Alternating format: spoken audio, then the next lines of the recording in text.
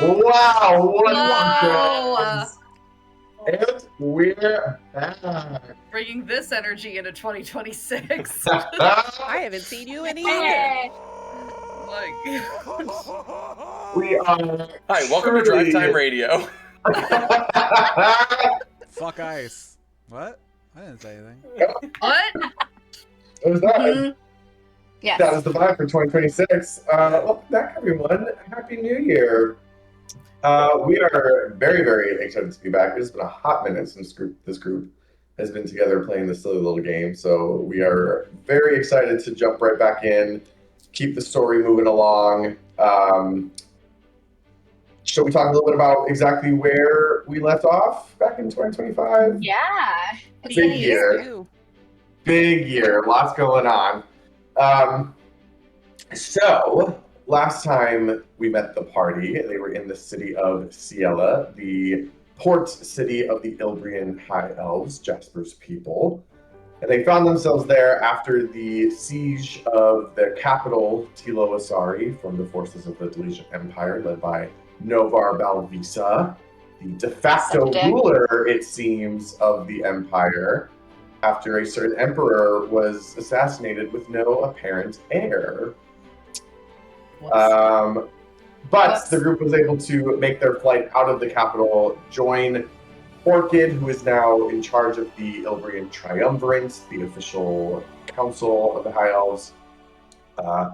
Orchid in Ciela organized a conclave of as many allies as she could scrounge together in this new dire situation that she finds herself in.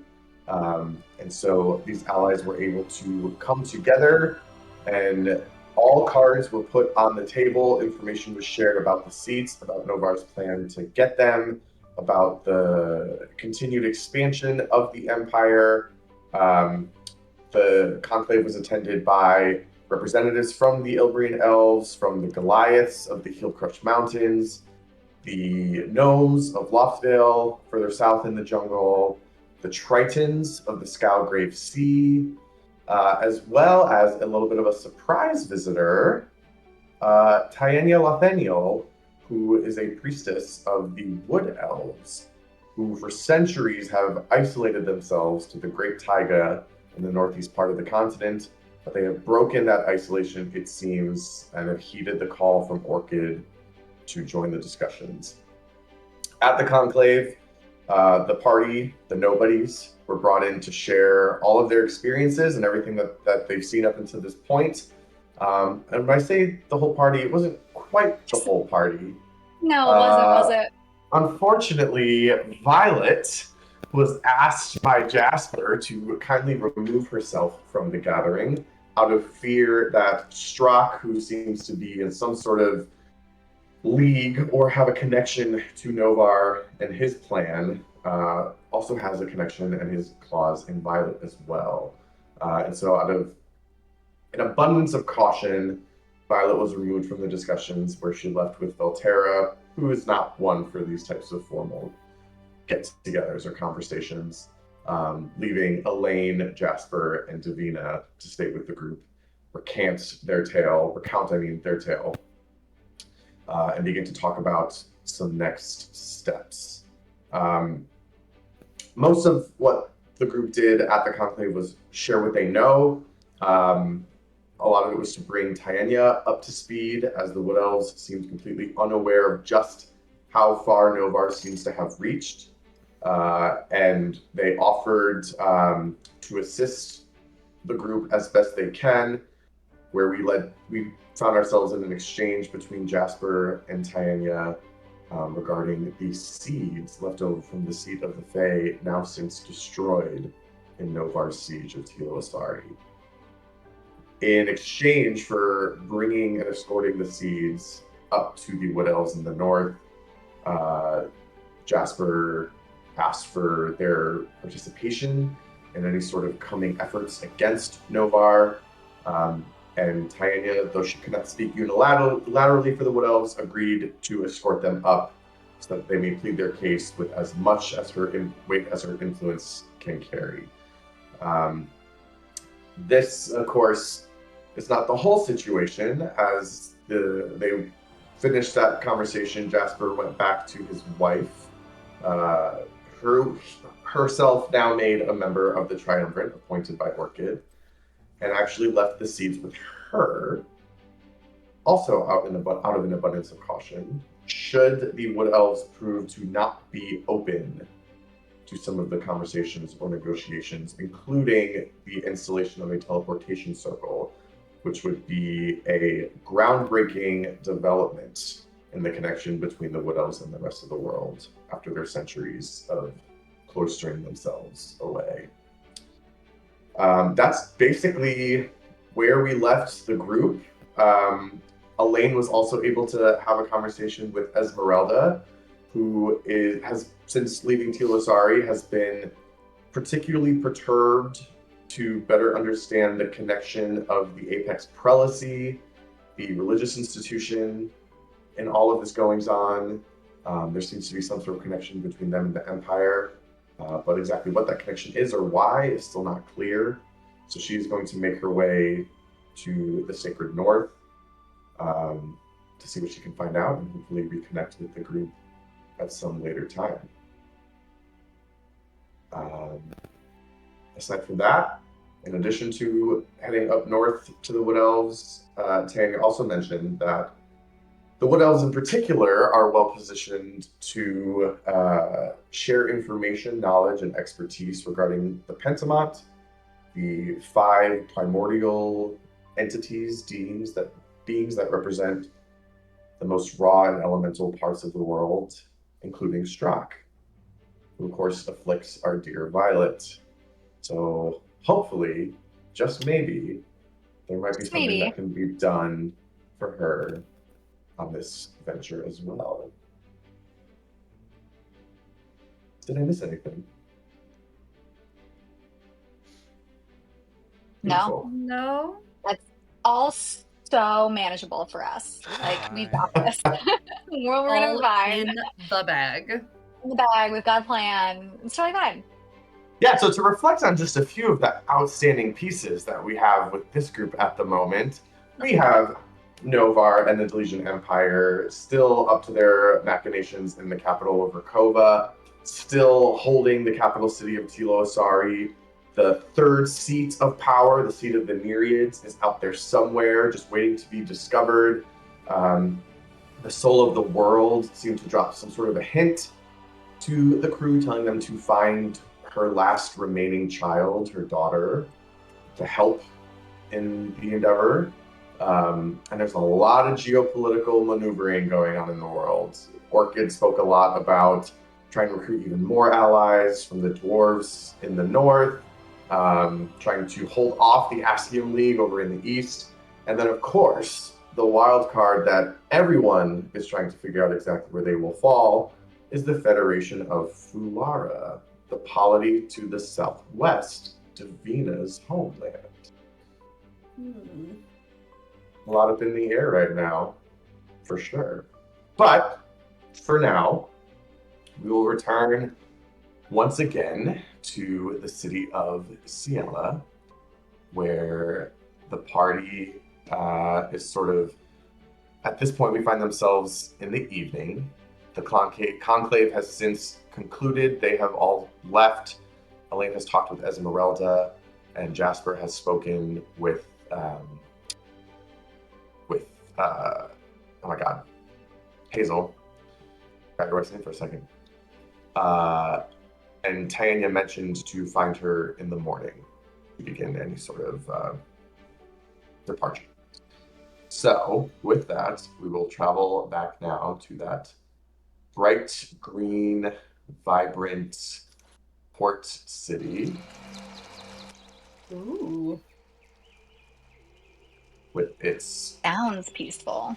brooks I love and it. streams and rivers meandering through branches and vines and flora and brush.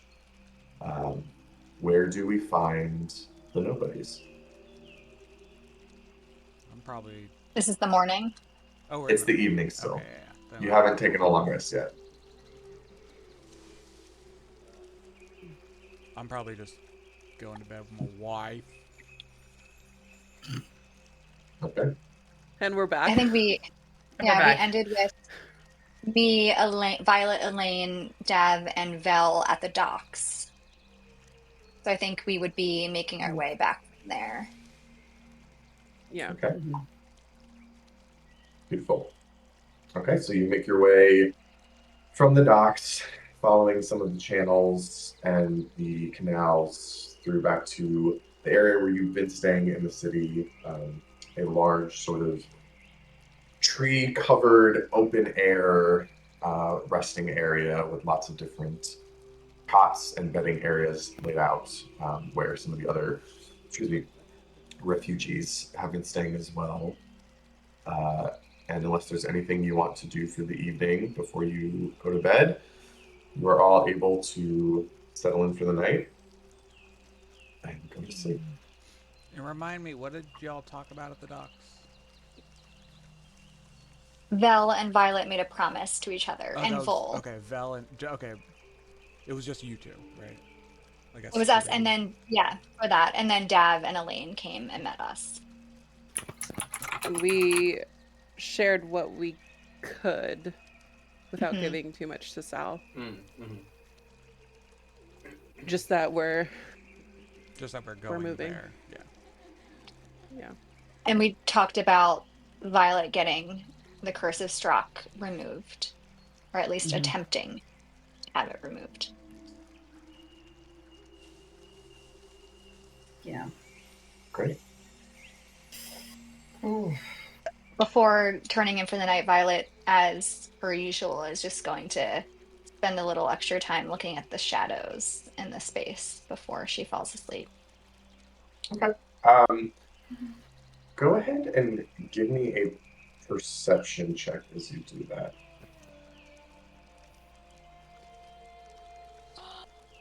First roll of this campaign back in 2026, and I just rolled a natural 20. Let's Okay. go, Violet. You see All nothing. right. That's a 27. Okay.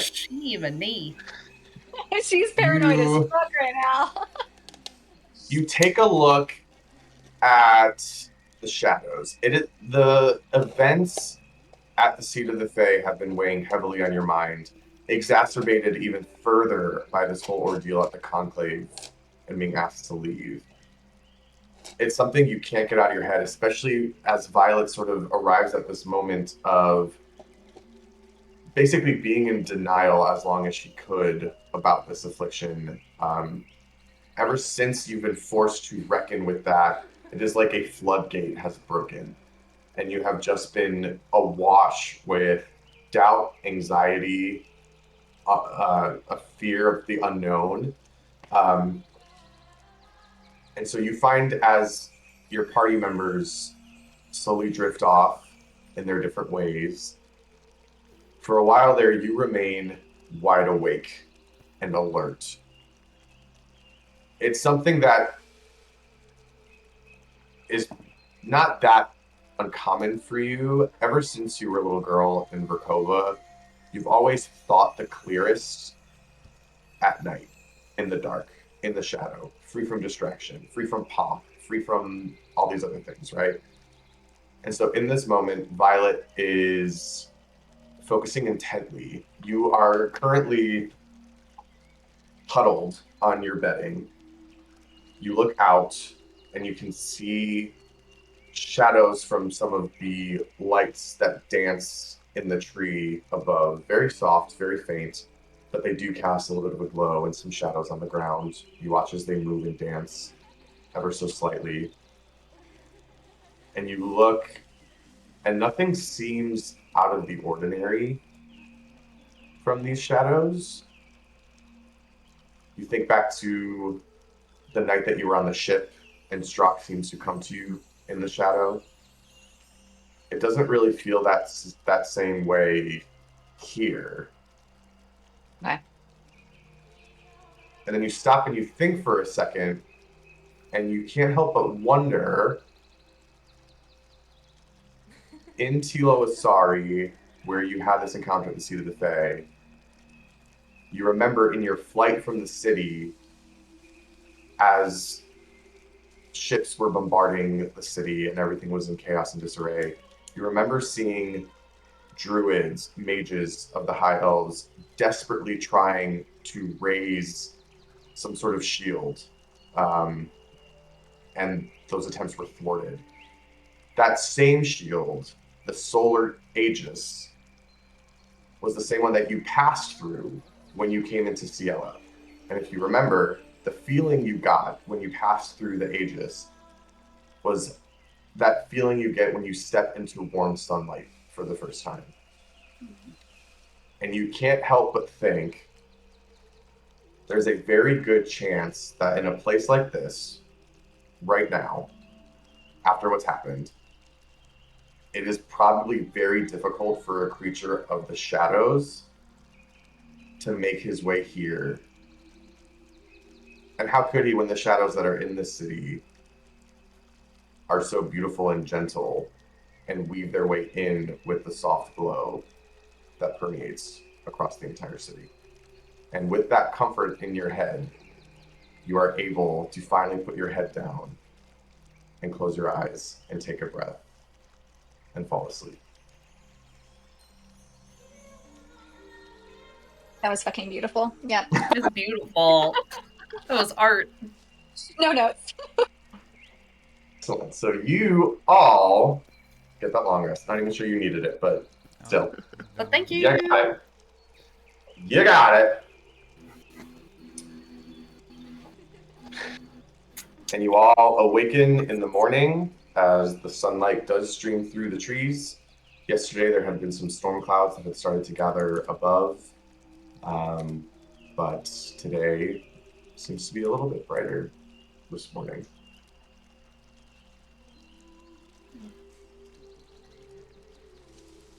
All right. Where are we meeting Tayenya?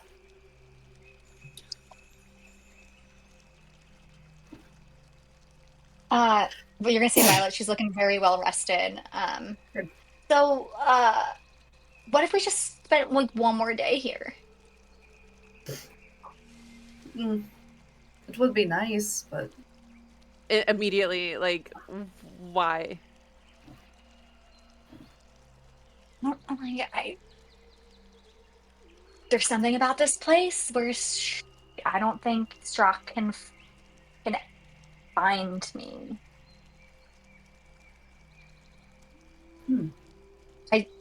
The solar Aegis, is that how you say Aegis? Aegis, yeah.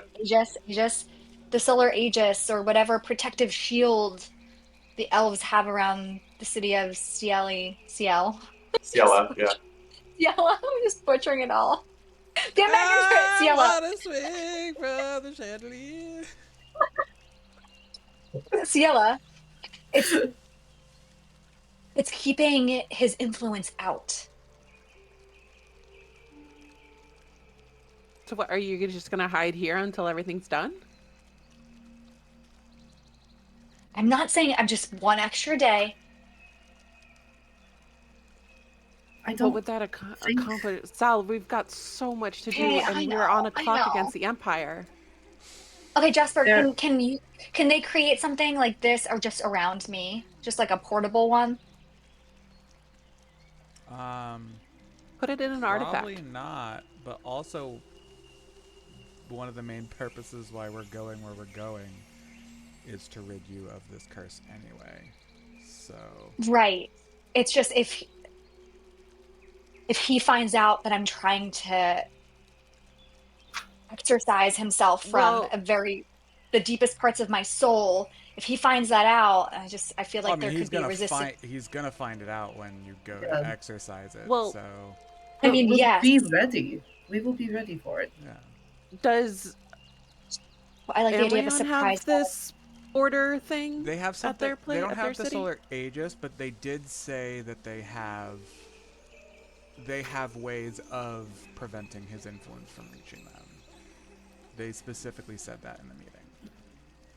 Violet, do you want Okay. to Okay. just go on a quick walk or something? Just I clear give your a head a link- little bit? With you? Yeah. Okay, yes. Yeah, absolutely. Okay. Okay.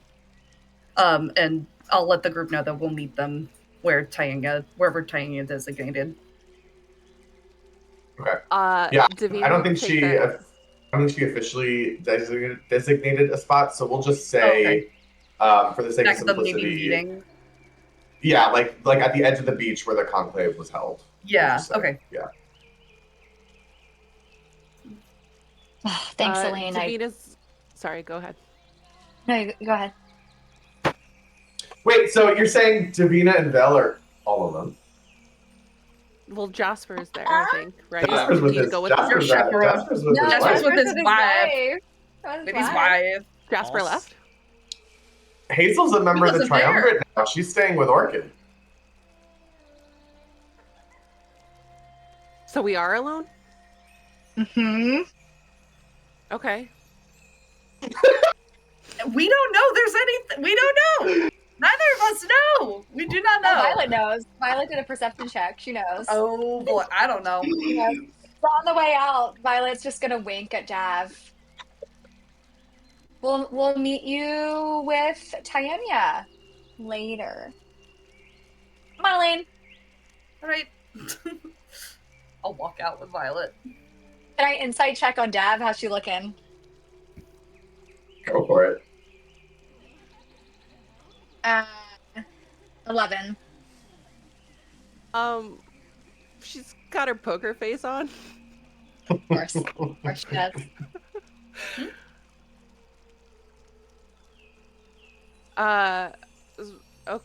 She's gonna awkwardly turn to Val and ask him how his morning's been so far. He's been here. You're giving him a how's the weather? Yes! Yeah. Yes! This is amazing. Jesus fucking Christ. Vel's gonna be kind of rummaging through his pack.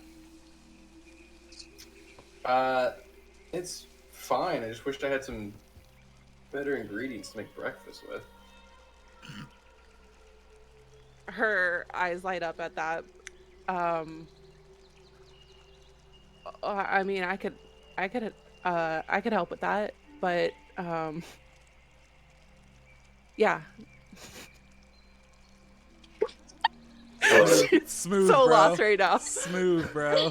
So smooth. So smooth. She's gonna do like the scratch to the back of her neck. She's like, Yes. so I mean, I tried to talk about it the other night, but what's going on with us? That's so direct. This is so. She's like rummaging through a bag, just kind of like looks up at you. She's like, look, I don't do this. It's all. Let me ask you this: what would you like to be happening with us? I don't know. I really don't know. I mean, every example I've ever had is not that we're not getting. I don't know. But every example that I've ever had of an actual relationship has been transactional. It's been a business. There's been no feelings involved whatsoever. But what the hell happens in the Empire, man? Dark place. Yeah, it's people marry for political advantage. It's not something that people do because they want to, and I'm not saying that that's what's happening here, that we're that far, but I do think I have feelings for you. And I don't know how to do this. I don't know what to do, is what I'm trying to say. And I always have a plan. I always know what to do and I always know what to say. And I'm just feeling really, I don't know right now. Well, don't you think it's okay? But I like you. I know I like you. That isn't. Well, that's good. I like you too. I hope I made that known. I suppose maybe now that we're having this conversation, maybe I should have done it. I don't know, differently. But I think it's okay. I mean, it's okay to not have a plan. It's okay to not know. I know you don't think it is, but I promise you, at least one thing in your life, it's okay. She's gonna, like, obviously she was in panic mode. Like, take a deep breath after she hears you say this. Okay. Yeah, we can figure it out. We're pretty good at that. I mean, someone around here has to. At least you have a level head. Look, this is obviously individually important to you and me, but it's obviously not the most important thing that we're focused on at the moment, and I understand that. So, I don't know, you don't need to have any answers right now.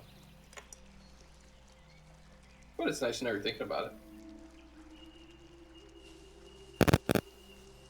Well, yeah, yeah, honestly, thinking about it more than I ever thought I could think about something like this, so. It was because of the whole fireball thing, right? That was a cool move, right?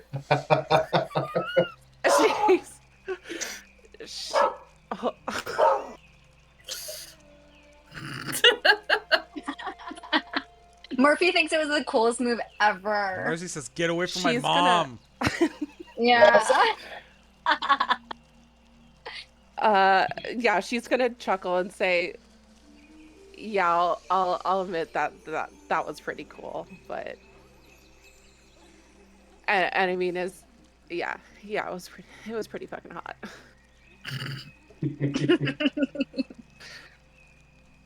Well, look, like you said, we'll figure it out. But if I'm honest, I'm most worried about Violet at the moment. Yeah, you're worried about Violet. I'm at my wit's end with Jasper. It's, Yeah, it is what it is. I think, and I swear, even though I know you may not believe it, I do think Jasper's head is in the right place with everything he's doing. And Violet's isn't? I'm so offended over here. Here! You're not here. Get out. Yes, the whole scene that we made as we left Verkova was unfortunate. And I am sorry that all that kind of fell on you at the end of the day. I mean, you were the only one really that has true consequences as a result of that, and that's not fair. But I really do believe that it didn't set anything into motion that wasn't already moving. And with what we're getting into, I mean, I think he has the right mindset. We just got to make sure, if we're going to stick together, ideally we talk about these things first, I mean, I would hope so. I mean, I know we talked about giving the seeds over, but I don't know that I ever. Where? Oh, I wasn't there yeah. for that. Oh, yeah. Davina's recalling this as she's telling you this. Yeah, Jasper offered them up in as payment for the aid from the wood elves. Right. No, we did discuss that. But so I no longer have them. Okay, well, we'll figure out where exactly they are. But again, I think that makes sense. I think we're too mobile right now. We've got to find the Nereids still. We need to entrust these seeds to someone. And I guess I don't know anybody better than the children of the Fae themselves. I think they'll take good care of it, and at the moment, it's probably the most protected place from the Empire and Novar. So I mean, after sleeping on it, I agree. I just it's a have. confluence of factors. I get it. He's already made a number of decisions, seemingly on his own. I get that. But How did the two of you meet? I hadn't told you guys this story. I thought I had. So I told you I had the accident in the wilds as I was, I don't know, working with the quintessence, we'll say, trying to better understand it, essentially. Um, and I don't know, there was an explosion of some kind. I don't know. I don't know what happened. I kind of essentially blacked out, and when I woke up, Jasper had somehow found me out there, and was kind of helping me get back on my feet after all that. And I didn't really have an idea of where I was headed at that point. So he obviously had this one man army thing going on where he was going to rescue his family, and I figured that was as good a way to pay someone back for saving your life as anything. So I joined up with him, and I promised to help him rescue his family, which we did. And I like him. And, I mean, give him time. You guys have had a rough start, but um, he's a good guy. One political assassination, like who hasn't? You know what I mean? Like We've all thought at the end of about the day.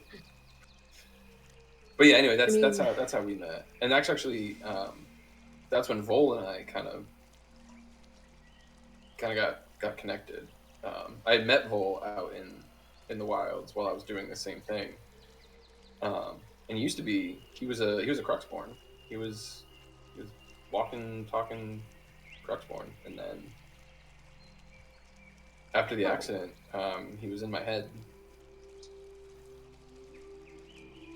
that I didn't know. Yeah. Yep. He, I think, was sort of created, I guess you could say, born in a way, as a result of, I don't know, whatever I was messing around with at one point. And then when the accident happened, somehow fused us is wrong. I don't think that's the right term, but it connected us in whatever way we're connected now. So. Well, I never mean, I actually think asked Jasper. I don't know if he saw Vol during that time when he first rescued me or not. Actually, I should ask him, or if we were already connected when he found us. that's never crossed your mind before now? I guess not, honestly. We were busy, finding his family, then we met you guys, and Then shit really hit the fan. one shit after another. Putting it mildly. But yeah, But, I think we're on the right path. I think we're doing okay.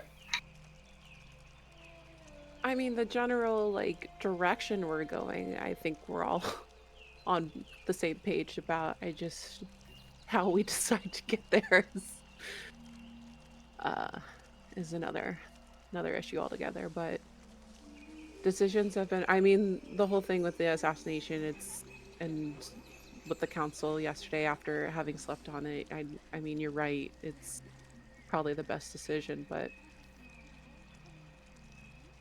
I'm reluctant to let go of any leverage that we have in these very uncertain, very trying times.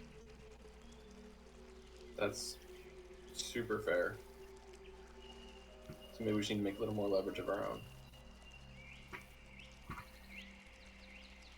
Well, then let me get to work. And she's gonna If we hypothetically return with Novar's head, think they let you back in Verkova, or is that is Verkova like pro Novar? Like what's the vibe? Do they what's going on there? um correct me if I'm wrong, DM, but the vibe from Novar is that he's been a very ambitious, sometimes cruelly so, to obtain power and status. So I don't know that he's been making very many friends. He probably has more enemies than not. Can you give me a quick history check, David? Sure. 15. All of what you just said, yes, is very true. You also just kind of like think for a second, and you also think about how in a place like Verkova, blood is everything, right? The ancient houses, the aristocracy, the noble families, blood is everything. The Petrovna dynasty literally goes back centuries. Novar, for all the power he's amassed for himself, is still an upstart from Planecrest, who does not come from a noble house or a noble family. He merely rose through the ranks of being one pretty damn smart guy, and an expert in the quintessence and crux manipulation. So not only do people not like people who grab a lot of power, the nobles of Verkova especially hate it when someone who has no right to even reach for that power makes a grab. Wow. So yeah, Well, you know, probably maybe, pretty hostile territory for him. maybe that's your in, you know, back into Verkova and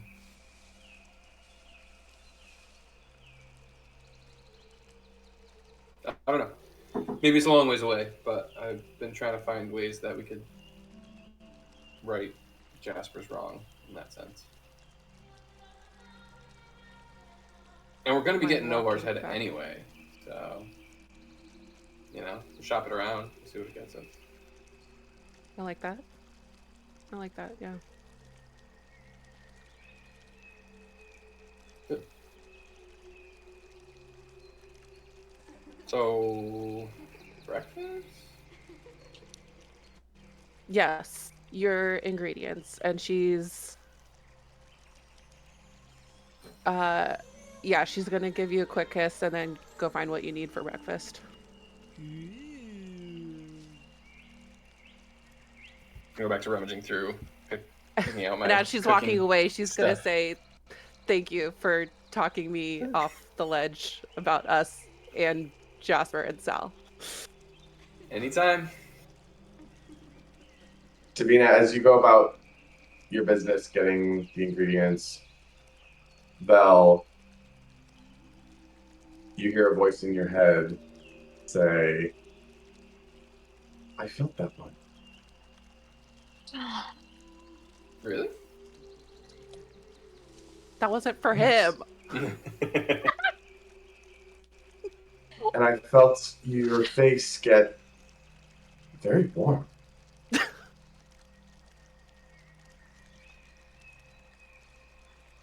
Yeah. For someone who usually keeps such a cool head, your face was very warm. Yeah, that's all part of it. Part of what? Time to have the talk.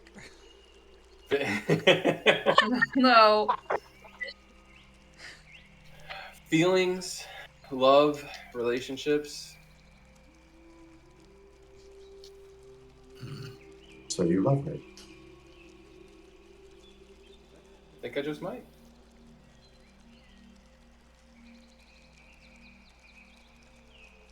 He kind of chuckles softly and says no more.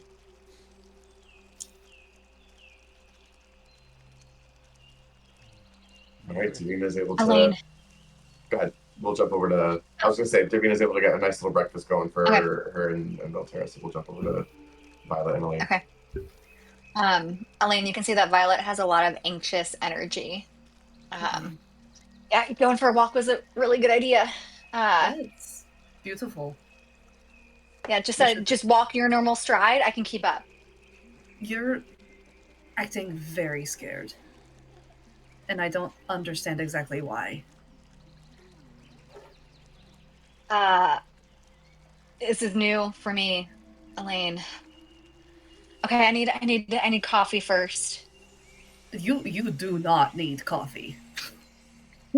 That is the last. Well, I will not say the last thing you need, but it is among the last things that you need. Okay. You're all right. We can wait. Coffee can wait. All right. Yeah, I am scared. But of what? There, I said it. Why? Of myself, Elaine. I don't have control over who I attack, who I don't, information that I receive, who I share it with. I don't have control over myself right now, Elaine, and I guess I haven't for a really long time, and the semblance of control that I thought I had was a lie.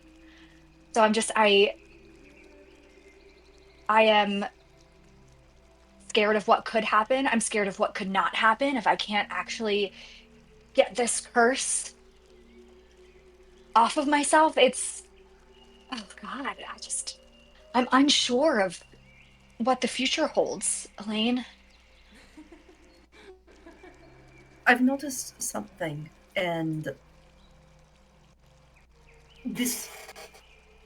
I don't know exactly why you do this, but you talk about getting the curse removed and move very quickly beyond it.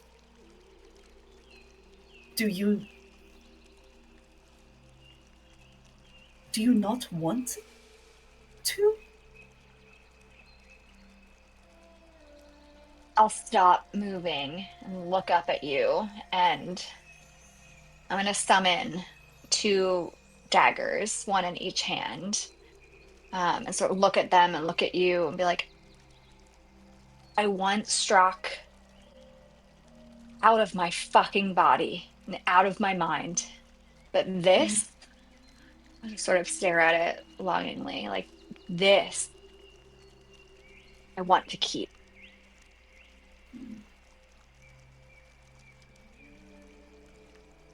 I understand. This is a part of me, and I've gotten used to it, and I've fallen in love with it, and I've tied my identity to my ability to draw on this power and this resource and to use it to my advantage, our advantage. If I lose this, and I'll have them dissipate,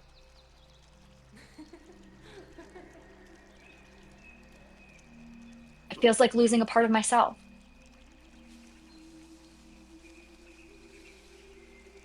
You are mourning.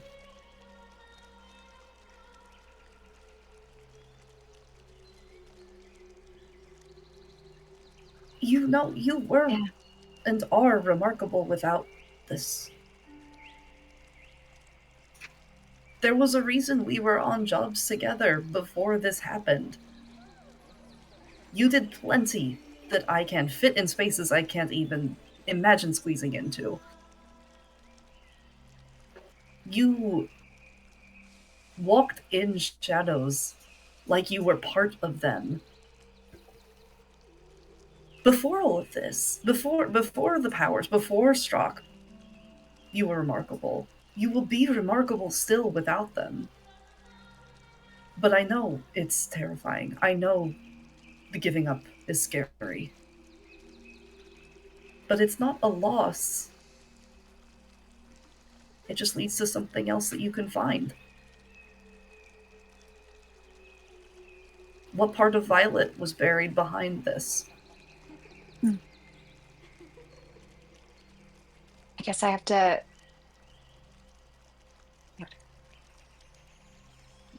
rediscover who I am. Or no, that's not even right, Elaine. It's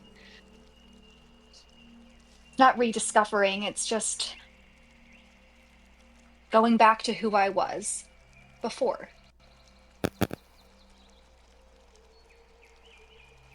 You didn't like her before? You didn't like yourself before? It's not that I didn't like her, I just looked around at all of the people in Verkova and the people that we met along the way, and they always had a leg up, Elaine. They had a way to exert their power or a way to use their advantages against others. And yes, I'm nimble and I'm quick and I know how to fight like the best of them. But I guess I wanted more. I wanted more for myself, more for my life. And this power felt like the way to be able to do that. It felt like a gift.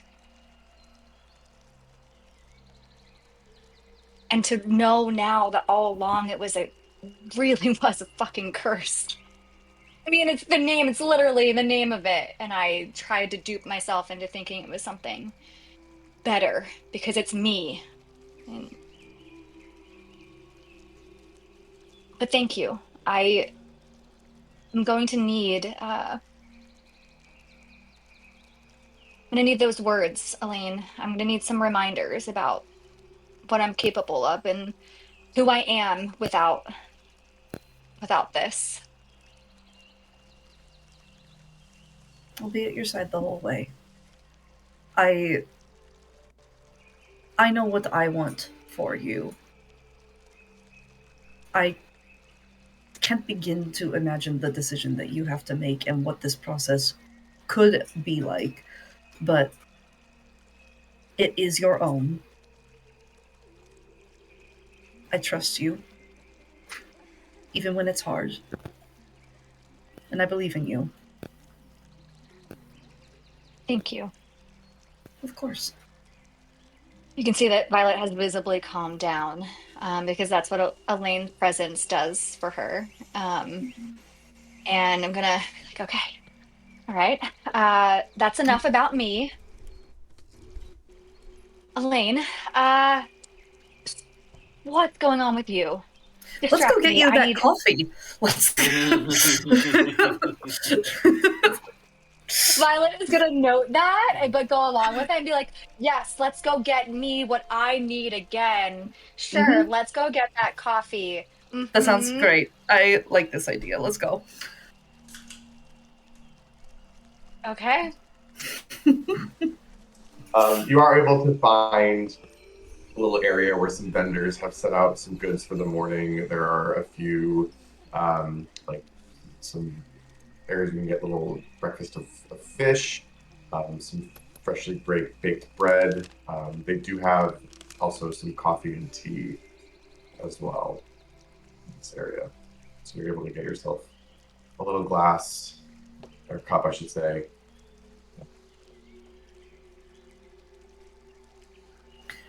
And we can just start walking slowly. Yeah. Elaine will set a very slow and even pace to go over to where the conclave was held. Okay. Jasper, is there anything from your end this morning? I don't think If so. not, that's okay. I think I would just have a quick conversation with Hazel and just reiterate maybe if she feels that it's possible not to tell anyone, including the other council members, that she has the seats. But other than that, I'm just getting ready. I'd probably, based on what I heard there, I'd probably be the first one to go. I'd probably be the first one there to meet Tayanya. Okay. So Jasper, you leave Hazel with a kiss goodbye, of course. You make your way over to the beach. You are the first one there, indeed. Or I should say, you are the first humanoid there. There is, curled up on the beach, waiting expectantly, a large gray wolf. Does it get mad as I approach? As you approach, she lifts her head.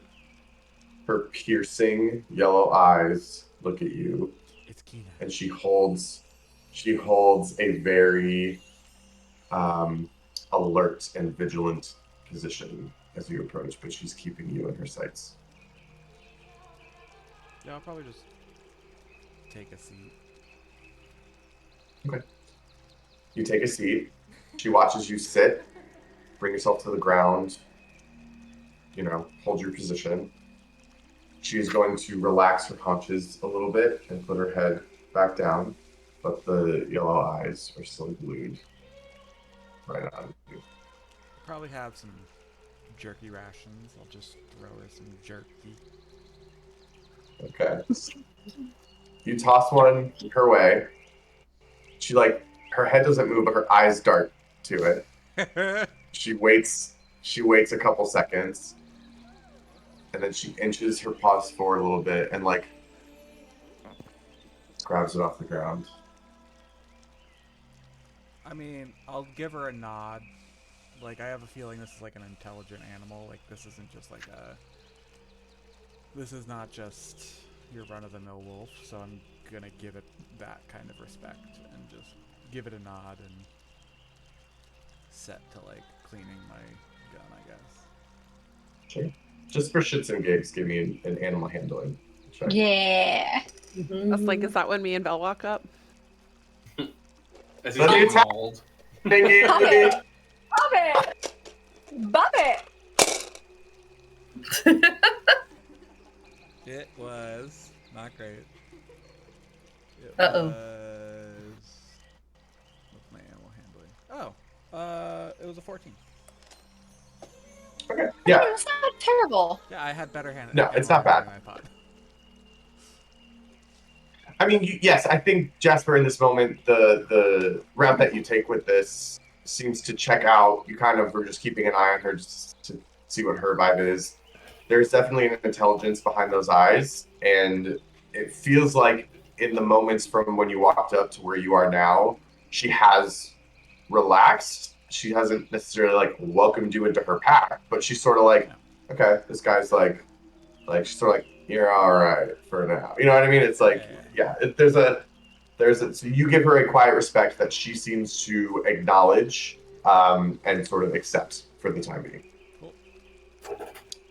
So it's just the two of you for a little bit until eventually Violet and Elaine make their way over to the beach, where you see Jasper chilling with a wolf.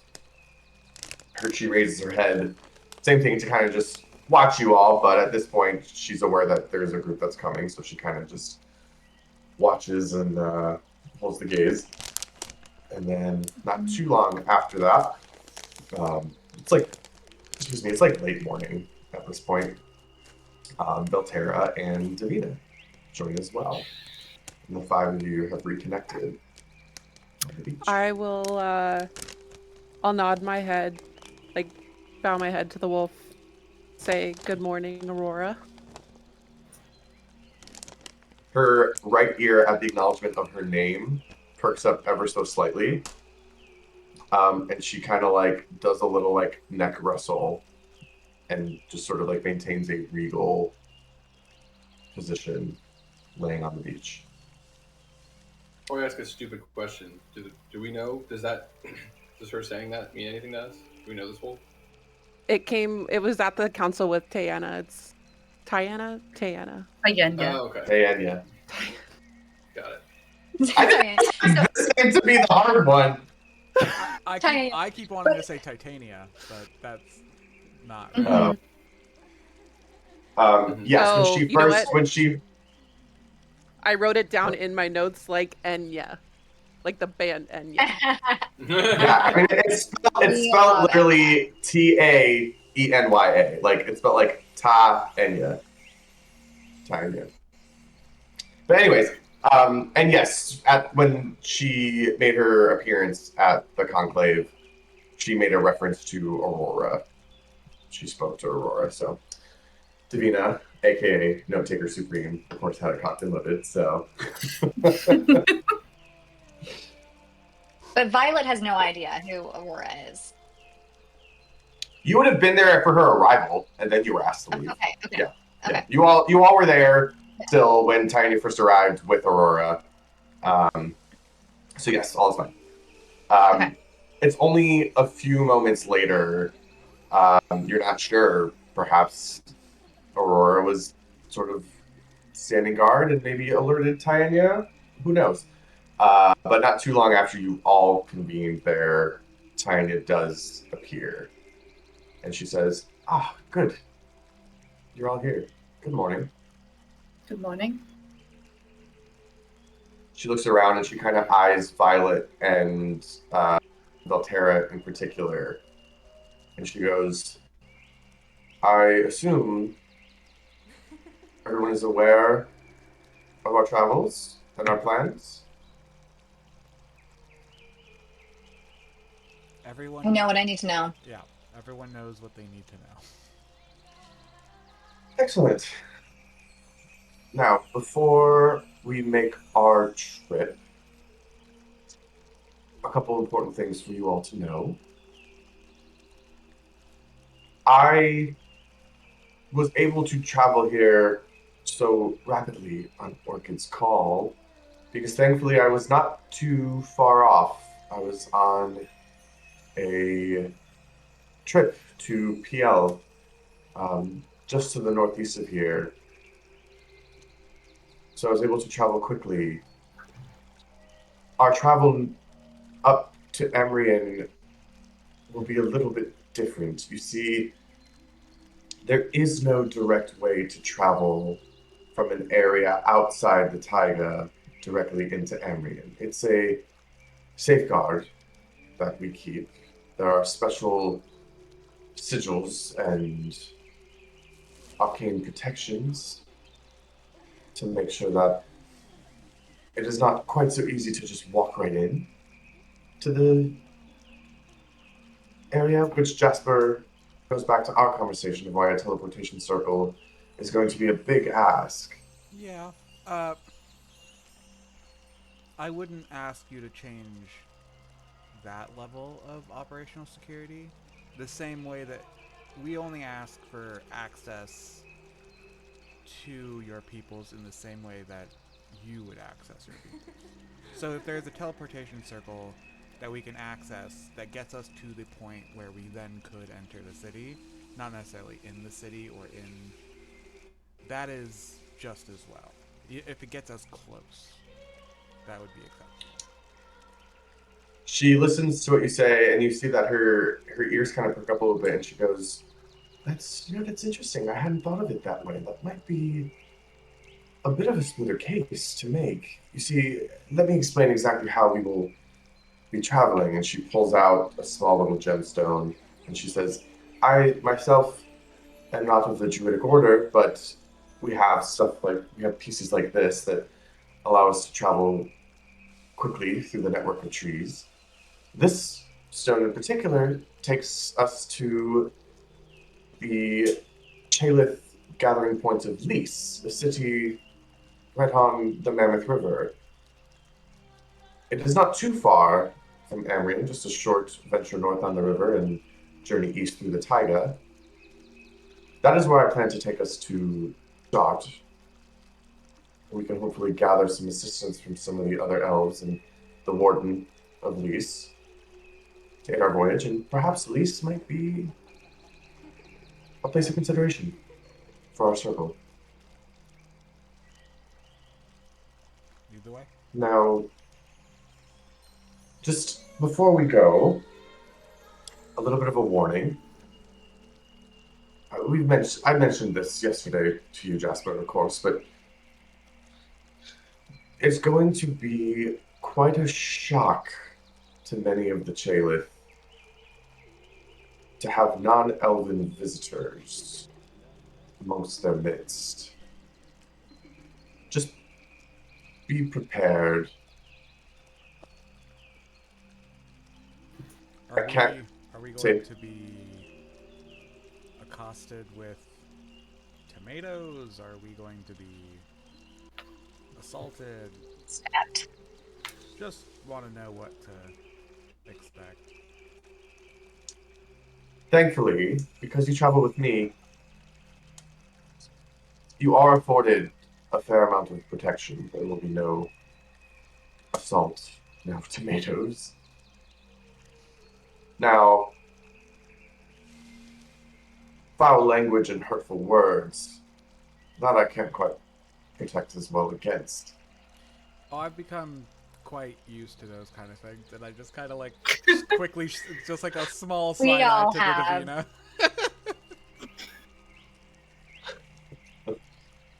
I mean, she's gonna acknowledge she's in agreement. Well, A little excellent. nod. Excellent. Okay, in that case, then, well, I'll just say thick skin is good for the taiga, for more reasons than one. So, oh, and that reminds me, we need to supply ourselves at least a little bit as well. She kind of looks you all over and she says, the taiga isn't quite the tropical paradise that the Furian jungle is. We may need to stock up on some extra layers. Do we still have our layers somewhere? Yeah, from the mountain. No, we came from the coronation. We've been on the road since. No, yeah, because That's right. I've you're got my right. ring At of this part, warmth we wouldn't have still. anything. There we Help go. yourself, Eric. Yeah. I do not feel temperature. Hot girl. Okay, I'm- humble brag over there. I'm barely wearing clothes probably at this point. We're still, wearing Well, our no, like tatters, I'm wearing like the armor of my people, which would be more very breathable, like protecting Yes, critical true. areas, but like not a lot of like skin coverage. True. Okay. Yeah, So so, she I kinda- think, with- Violet needs clothes. With that, she'll sort of kind of give a soft, polite smile, and then she'll say, "Just follow me." And she'll make her way out over the beach towards some of the. What did I miss? Oh, that's good. My God. Ah. Oh Oh, boy. Eric is good. You know what? I'm This waiting. just gives me fuel because it's gonna be I'm Oh, waiting. much God. I'm waiting to like get to the crossroads where it's like you guys cannot have sex without it being a threesome. Like it. Exactly, because Vol is always going to be there. And that would, Whew. Just send him away with Elaine somehow. Anyway, so I'm hearing that our only chance for this is at the third seat. what? Our only Oh, because he comes out, because he's. Yeah, never yes, mind, never you're mind. right. You're right. No, I got it. I thought that he could take like a corporeal form anytime. Vol, he can't? You've only ever seen him take a corporeal form at the seats of power. Bell has summoned like almost an echo of him in battle. Got it. But it has never been a corporeal version of him, no. Okay. So If we need Anyway. if we need cold weather clothing, I feel like the Goliath would be happy to talk to me. that is an interesting idea, my Ilbrian friend. It might be worth a conversation before we leave. I'ma find my friendo. I'm gonna go to the place All right, where I well- assume he's gonna be. I'm going to the bar. All I'm right. going with Jasper because I don't trust him to clothe me properly. Girl. All That is right. called good intuition. Anyone That's else? what that's called. I'll That's go called as well. what? Good Go with that. intuition. That's what that is. I'm bringing back only Yeah. tactical warmth, and you're just like, this is Yeah. idiots. Tactical. Yeah. Yeah. All right, so Davina, Jasper, and Violet, you're making your way to the bar. Mm-hmm. And then Elena and Valterra, you're just going to hang back with Tanya. Yeah. Okay. I'll chill. Cool. So, you make your way to the bar. It is midday. Oh, I can't wait to see this next one. This is a good one.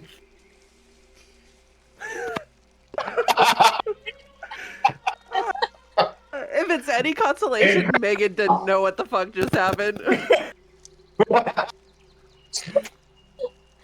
And that's called acting. Yes, well done. Oh my god. All right, so I apologize. you make your way towards the bar, the area that you found him previously. As you get closer, from outside of this giant trunk that the bar had been set up inside, you can hear loud chanting and singing in a very harsh hum coming from inside the bar. I'll turn to both of them and be like, I feel like in a previous life I was a Goliath. I don't know. There's just something about him. No, that tracks. I'll walk in. I'll just pat you on it. I'll just pat you on the All shoulder. brute Yeah. muscle and no thought. You head inside. You can see that the bar, whether it had him at any point, is uncertain, but the bar is void of any elven patrons. The Goliaths are taking up that large center table. There's 6 of them in total. Chief Jogant stands on this gigantic centerpiece table with a huge flagon of fruit wine, kind of like leading the chant. He stamps his feet on the table in rhythm. The other Goliaths slam their hands on the table as the chanting continues. It takes a second because you're so drawn to the activity in the middle of the room, but you do finally peek behind, and off at the bar in the back is the elven bartender who sits there with a worried look on her face. Every time Chief Shogun stomps on the table, she goes, That is my money. Poor woman. And you all enter just as it seems that this particular shanty is wrapping itself up. And Chief Shogun gives sort of one last loud belt, a loud bellow, and then stamps his feet twice and slams the flagon on the table before downing the entire thing as the other Goliaths cheer and do the same. And at this point, he looks up and sees you all approach. And he lets out another loud cheer and a loud bellow. And he goes, "Ah, my elven friend, you come to have a drink with Chief Shogun, yeah?" Yeah. Sure. We have some things to speak about as well. "Oh, well, come, we will drink as we speak with more drink. Come, have a seat." And he'll just sort of like beckon you over, and a couple of the Goliaths take some of the flagons and they just like shove them in each of your hands. And Oh for my gosh. Violet, you especially, on Violet, the flagon is this big. I'm just gonna be like, so much better than a coffee. Elaine wouldn't let me get a coffee earlier, and I'm just gonna start I chugging took it. you to get coffee. It is very clear they brought these with them from their home. These are not elven vessels. These are Goliath drinking steins. And they are half full of fruit wine. And so he goes, "We drink to the conclave of the shifting tides. May we see this world change for the better." And he'll take a big swig. I'll drink And- as long as he drinks. Davina? Of diplomacy, I take a swig, I guess. Yeah. Violet's I'm gonna be elbowing you down to keep going. And I'm gonna try to drink as long as he drinks as well. Okay, I will say, You know Davina, what? are Fuck you it. much of a... She has to be able to drink and maintain her composure in society. Sure. her Okay. tolerance, I would feel is very high to whatever degree. I'll still have everyone just for right now roll a Constitution. So I'll say saving throw. My goodness. Con, you said? Con. I rolled a What? dirty 20. Also rolled a dirty 20. Let's go. Let's outlast Jasper. Let's go. Alright, hold on. I had to get my dice Let's out of the go. thing. Let's go. 12 on the dice. And my con save is a 7, so that'd be a 19. All right. Ladies. You are watching Chief Jogan out of the corner of your eye, Jasper, and you are downing your flagon, and then he finishes and sort of lets out like a and then you do the same, and you see that his eyes have gone wide as you switch your vision and see both Davina and Violet have taken a few extra gulps and are now the last two in the circle, finishing their flagons before they slam them back down. And Violet's gonna burp very loudly. Chief Jogan has let out a huge belly laugh, and he's just gonna say, "I didn't know they made them like you in the Empire. Maybe I wouldn't have killed some of you if I knew you could think." That's because they That's don't. fair. We're very unique. I see. Yes, well, unique ladies and their elven friend. And he kind of sniggers at that. What can I speak with you about this fine morning? So we are about to head out, and where we are headed, not going to be as warm as my lovely jungles here.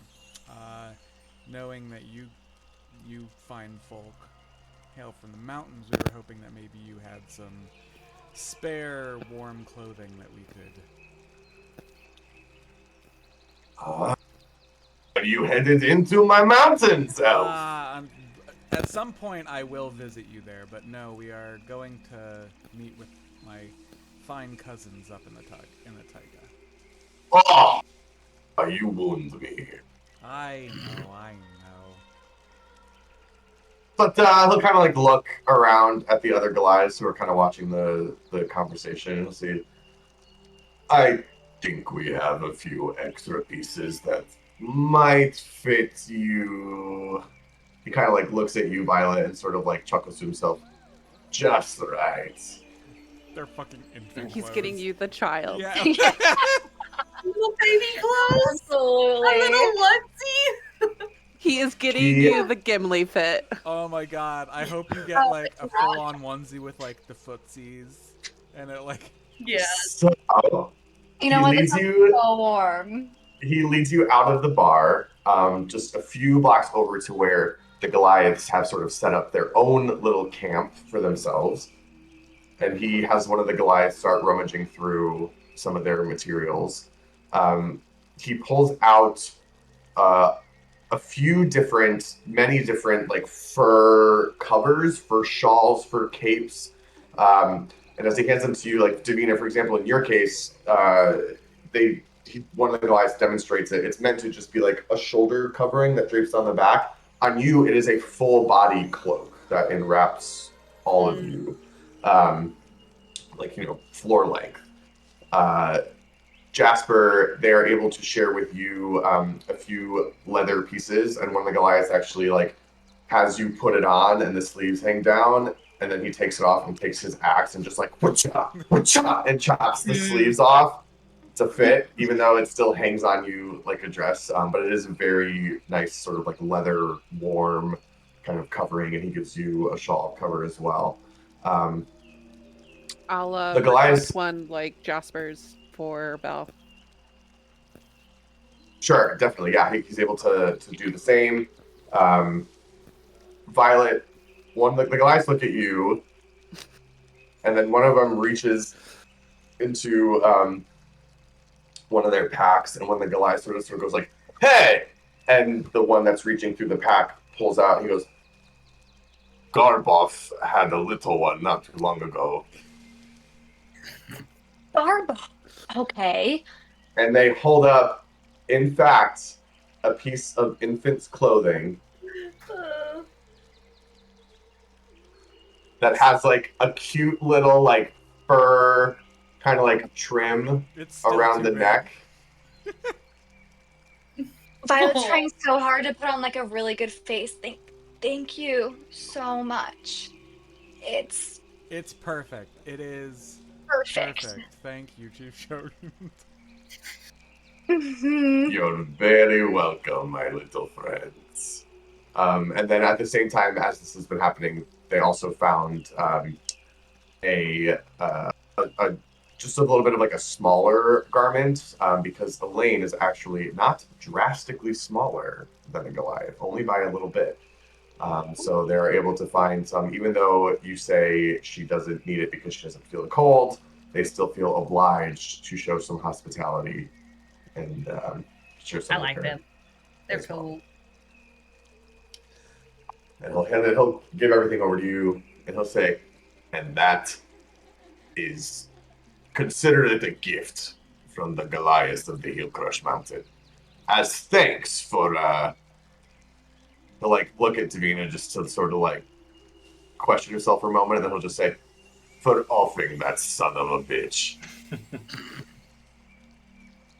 I'll knowing that he looked at Davina, I'm not gonna look at Davina. I'm like, it's not worth it.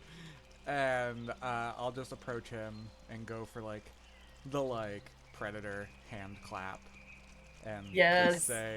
just say raise hell, and He does, and he grabs it, and you feel the impact of his touch through every bone in your arm, but it is a connection of strength and fraternity.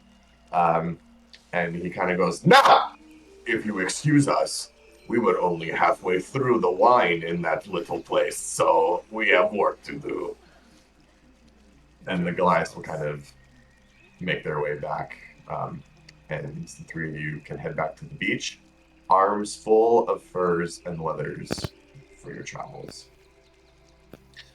So you make your way back, and Tyaina sort of sees you all coming, and she goes, so you were successful then. That's excellent. I'm jealous. I'm jealous. Violet got the best of all the outfits. We all got perfectly acceptable adult clothing. Thank you.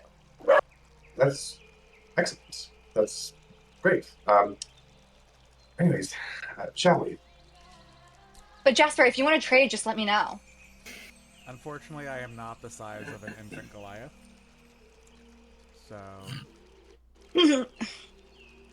Just a smaller Goliath, okay? he's also a little big on you, which I find quite amusing. Yeah, Violet will have put it on at this point. It's still a little too big. Listen, it still looks good, okay? No one needs to know. God. Oh my god, it has a hood and little ears, and I put it on her head. I'm gonna flower at you. Little ears.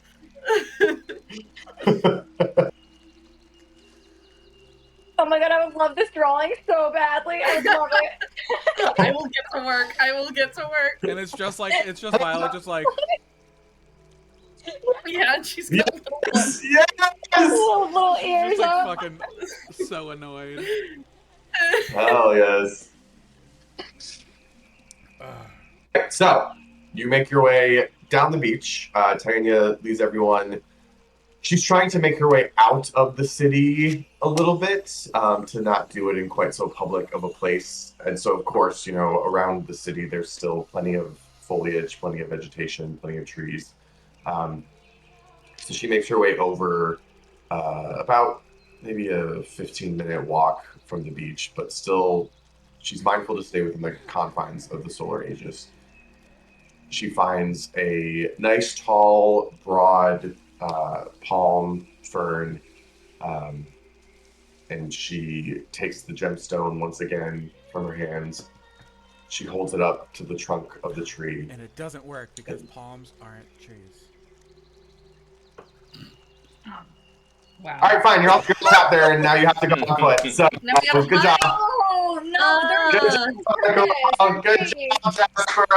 Good job. You did it. You broke Theo. You broke the game. Congratulations. You actually your way into 4 extra sessions of travel. Congratulations. Congratulations, Michael, the first ever person to lose D&D. Yes, absolutely. Oh, madness. Well, guess what? It's a fantasy world, and in this world, they are trees.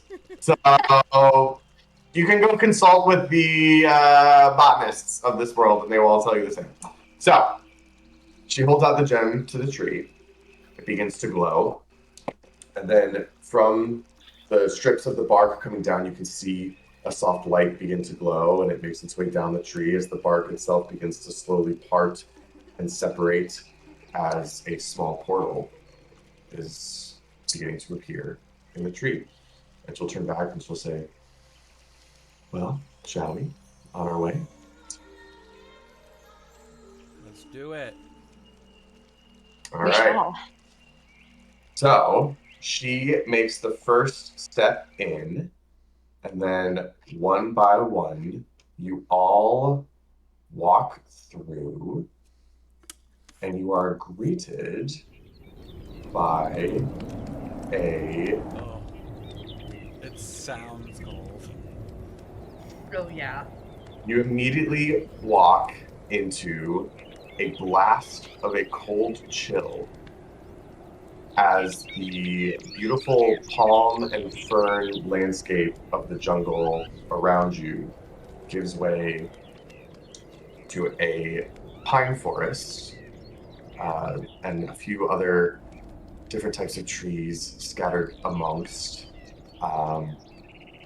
Snow swirls kind of all around you here at midday. One of the first things that you begin to notice as you make your way into this completely new landscape, the snow falls in gentle swirls and squalls.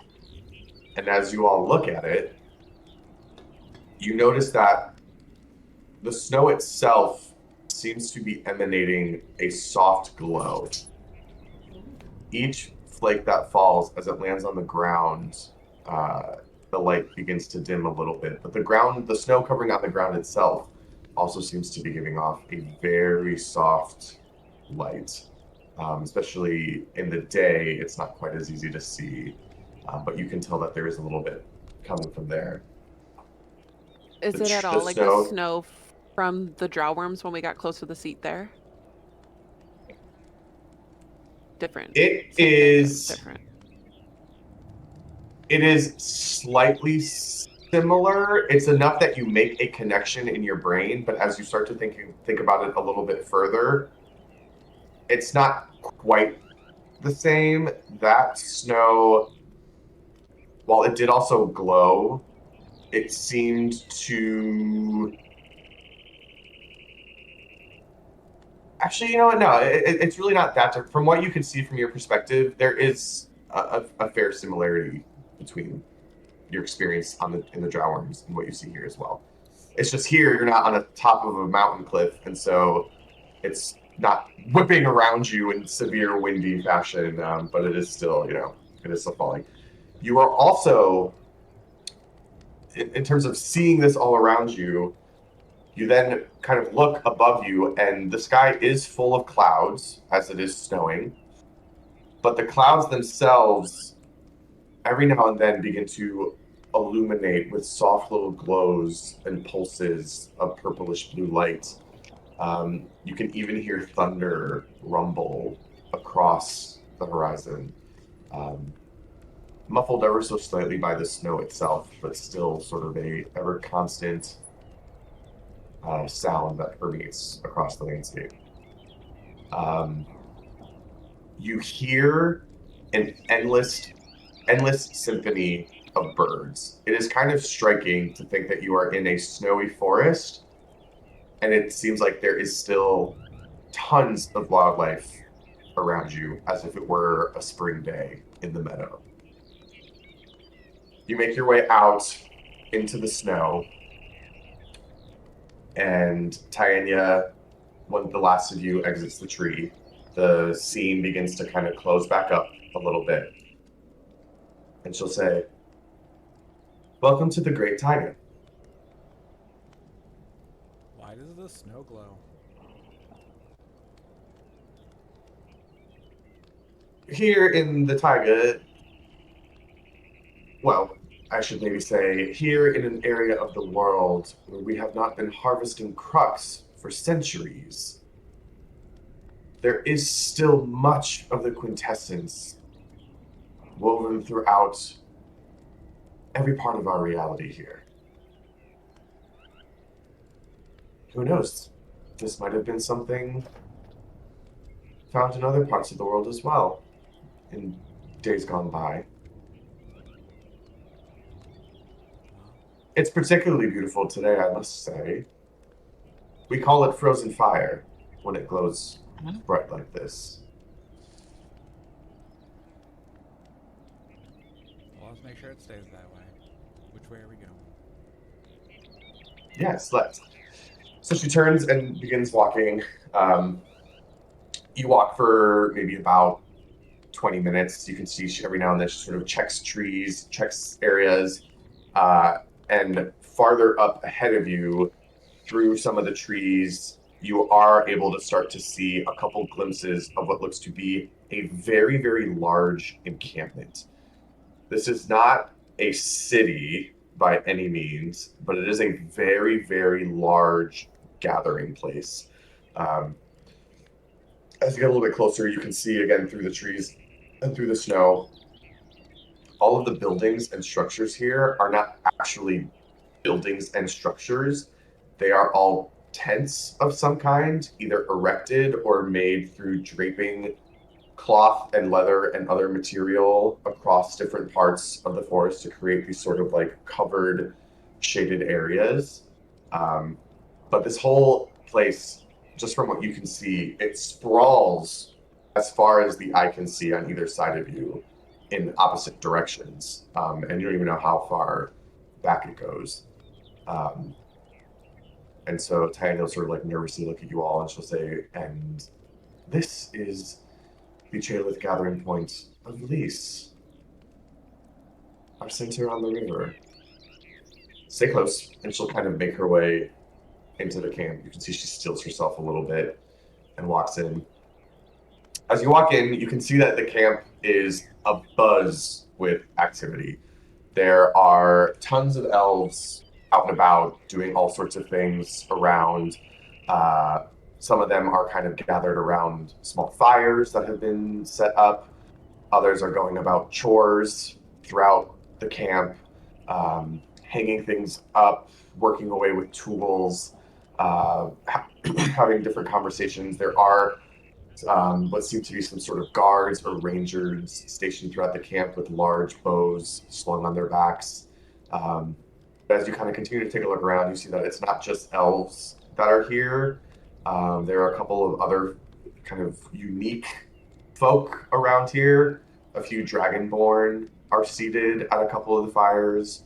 You can see that over on the edge of the camp facing the forest, there's a tall, kind of willowy looking man with long white hair and bright pink skin that seems to kind of just be softly singing and chanting to the forest, while a couple of people, a couple of elves kind of huddle around him and say what looks to be maybe silent prayer.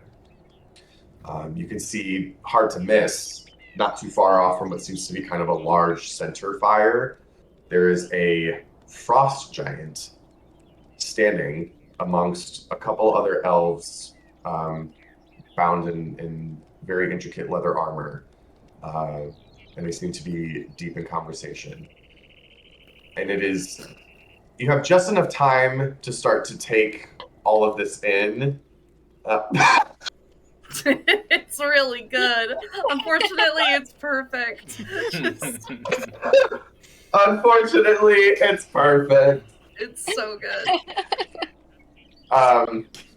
You have just a couple seconds to really see this all and take it all in before the entire camp basically has a record scratch moment where someone has spotted you all walking in, and basically all heads turn. All conversation and activity in the camp stops as you all stand there with Tianya amongst a entire gathering of wood elves. And Tianya kind of stands there for a second, and she just goes, "I would speak with the warden." And everyone kind of just stands, and then you see some movement a little bit farther back near the fire, where the frost giant was speaking to the two elves. One of the two elves, the one in slightly more intricate leather armor, steps forward. You can see that he wears a deep, deep scowl on very, very pale green-skinned face. His long, dark brown hair hangs very, very straight down at his side and drapes over his leather and fur armor. He has an extremely large bow slung over his back, and he steps forward, and he goes, "Tianya, you've returned." I'm With gonna guests. immediately cast Detect Thoughts. Just surface for him. On him? Okay. Mhm. The surface thoughts on him, it's almost like he hasn't had time to get to anger yet because he's stuck in disbelief.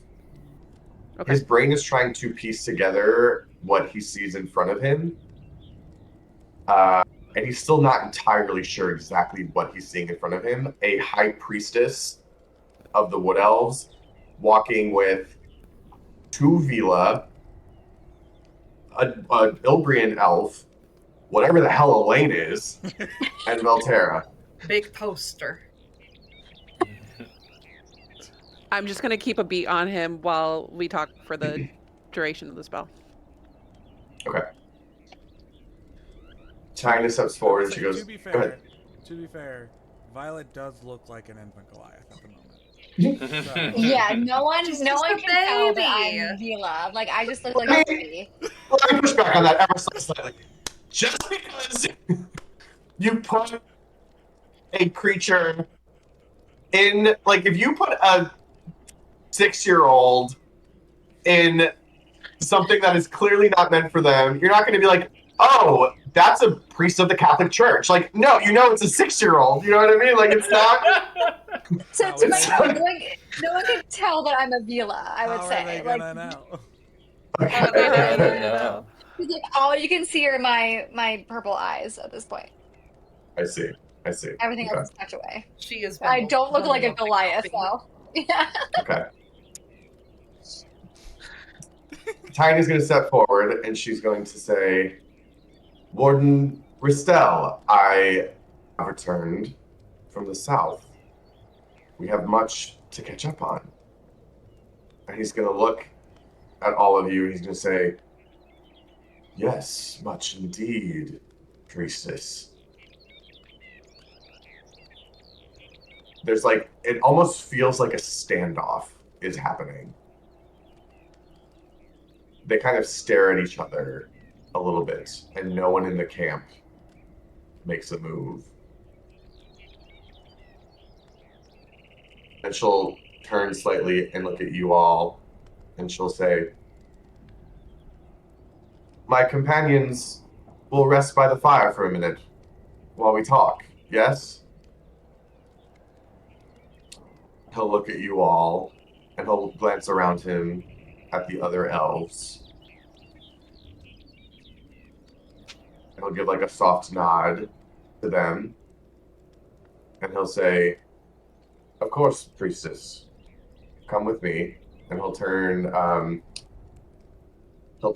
back to the giant, the frost giant that he was speaking with. And he will say, "I'm sorry, Haglamir, we will have to revisit this conversation in due time." And the frost giant kind of like huffs and looks at you all and then sort of goes and just like stands at the edge of the tent that has been set up there and kind of waits. And Taiga will say, I will be back shortly. To you all, she'll say, I'll be back shortly. Do your best to remain calm. And she'll turn and she'll head into the tent with the other elf. Well, this is Violets by the Fire. Oh This my is, gosh. I guess, going as well as expected. It's not the warmest welcome, but More noise than Can't we really thought. expect that here, I guess.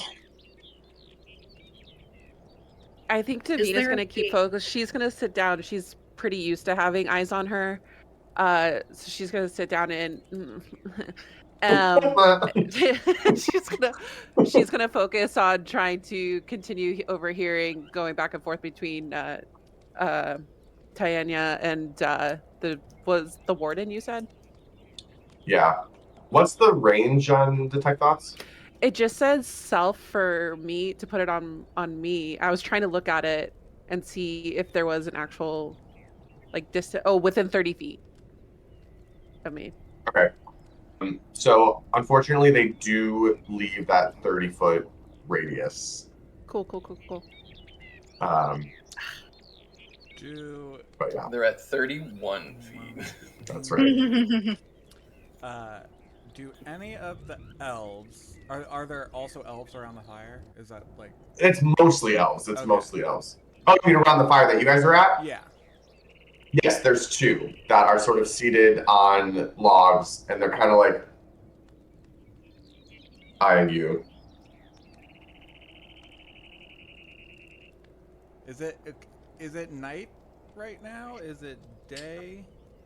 No, it's early afternoon, Okay. early to mid-afternoon. After like a prolonged silence, I'll probably say, "Cousin, how has your day been?" One of the elves is gonna lean over to the one next to him, and in Elvish, he's going to say,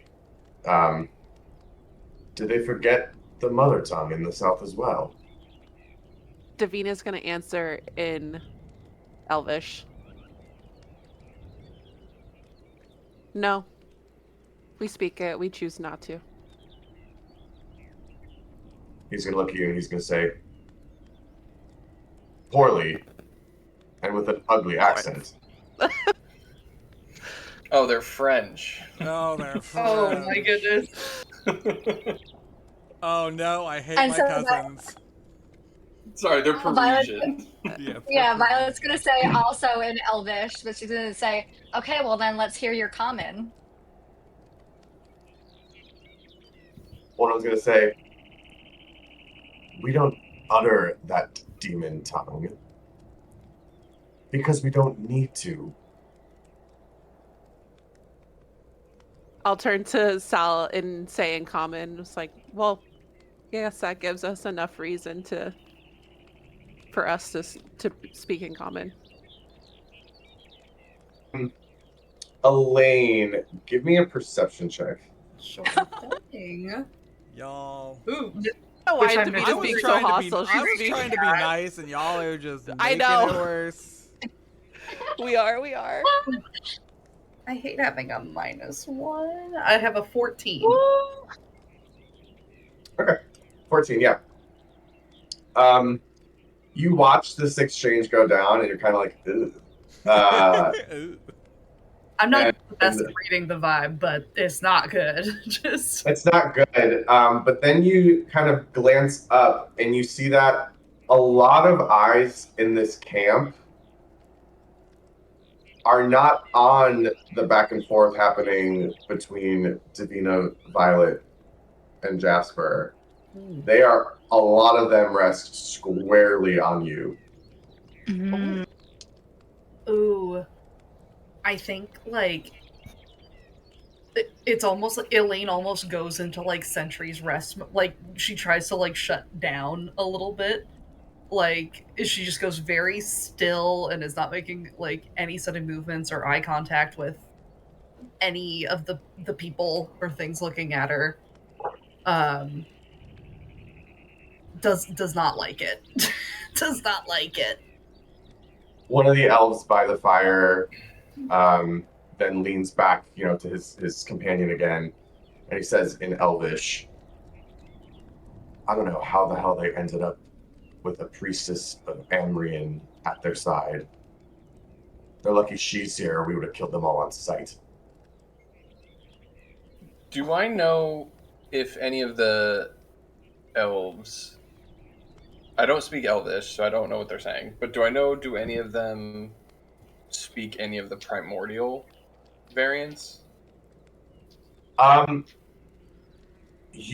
just say, just pulling from backstory and lore, no one knows anything about the Chailith Wood Elves. So you can't say for certain what they speak and what they don't speak, aside from the Elvish that you hear them speaking at the moment. Okay. I'll do it anyway.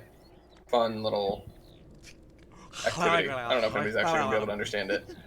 So I'm going to... What? That's why he's just gonna make sounds, and everyone's like, "What the fuck? What the fuck are you doing?" I'm gonna begin to tell like a story from the Ganassi community, right? Like an ancient Ganassi story. I'll say. I'm gonna speak it in Terran, the primordial language Terran. And I'm going to, as I'm doing this, I'm going to continuously cast elementalism. I'm going to draw sort of embers and smoke from the fire that's going to sort of like create a little image as I'm telling the story to like give a visual to the story as it goes.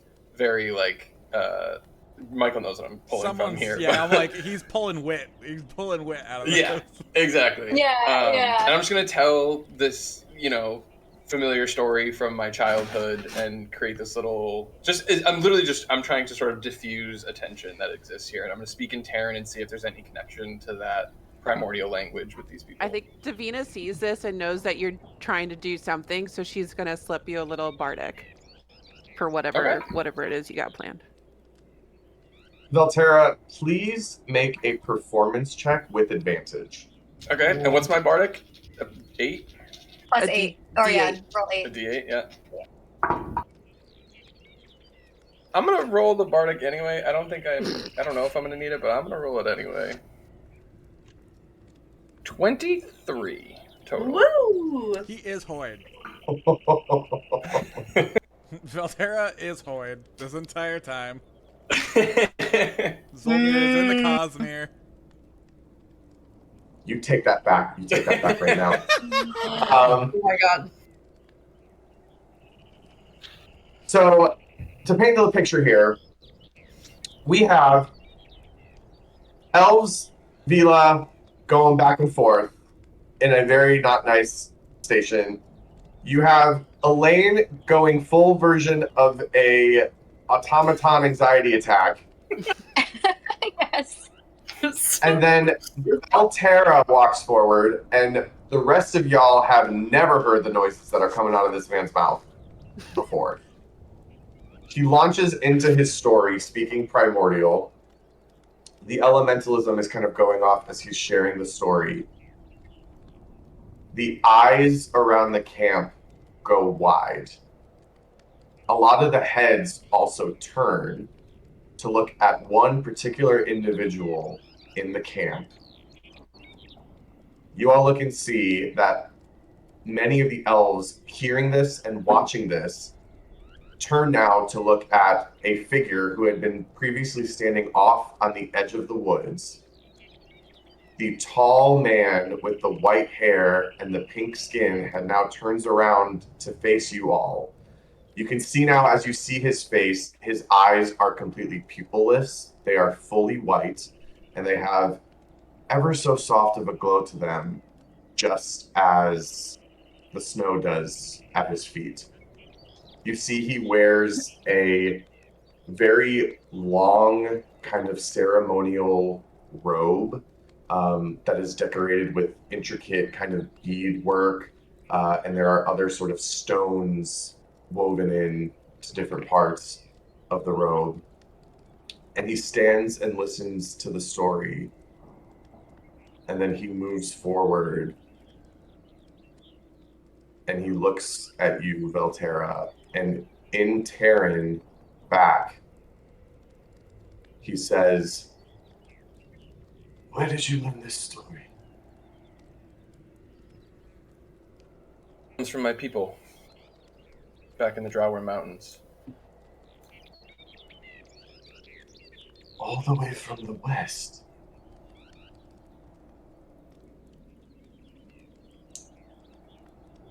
He'll turn and he'll see, as many people seem to be kind of looking for him at this moment for his reaction. He'll kind of give a soft nod. And he'll say, "It has been a long time since I have spoken to someone like you."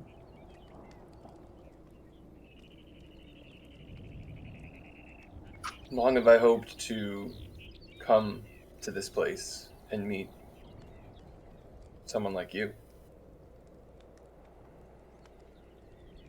I believe we have much to discuss. He'll kind of look around and he'll say, "I know the situation is tense at the moment. Come find us when you have a second to breathe."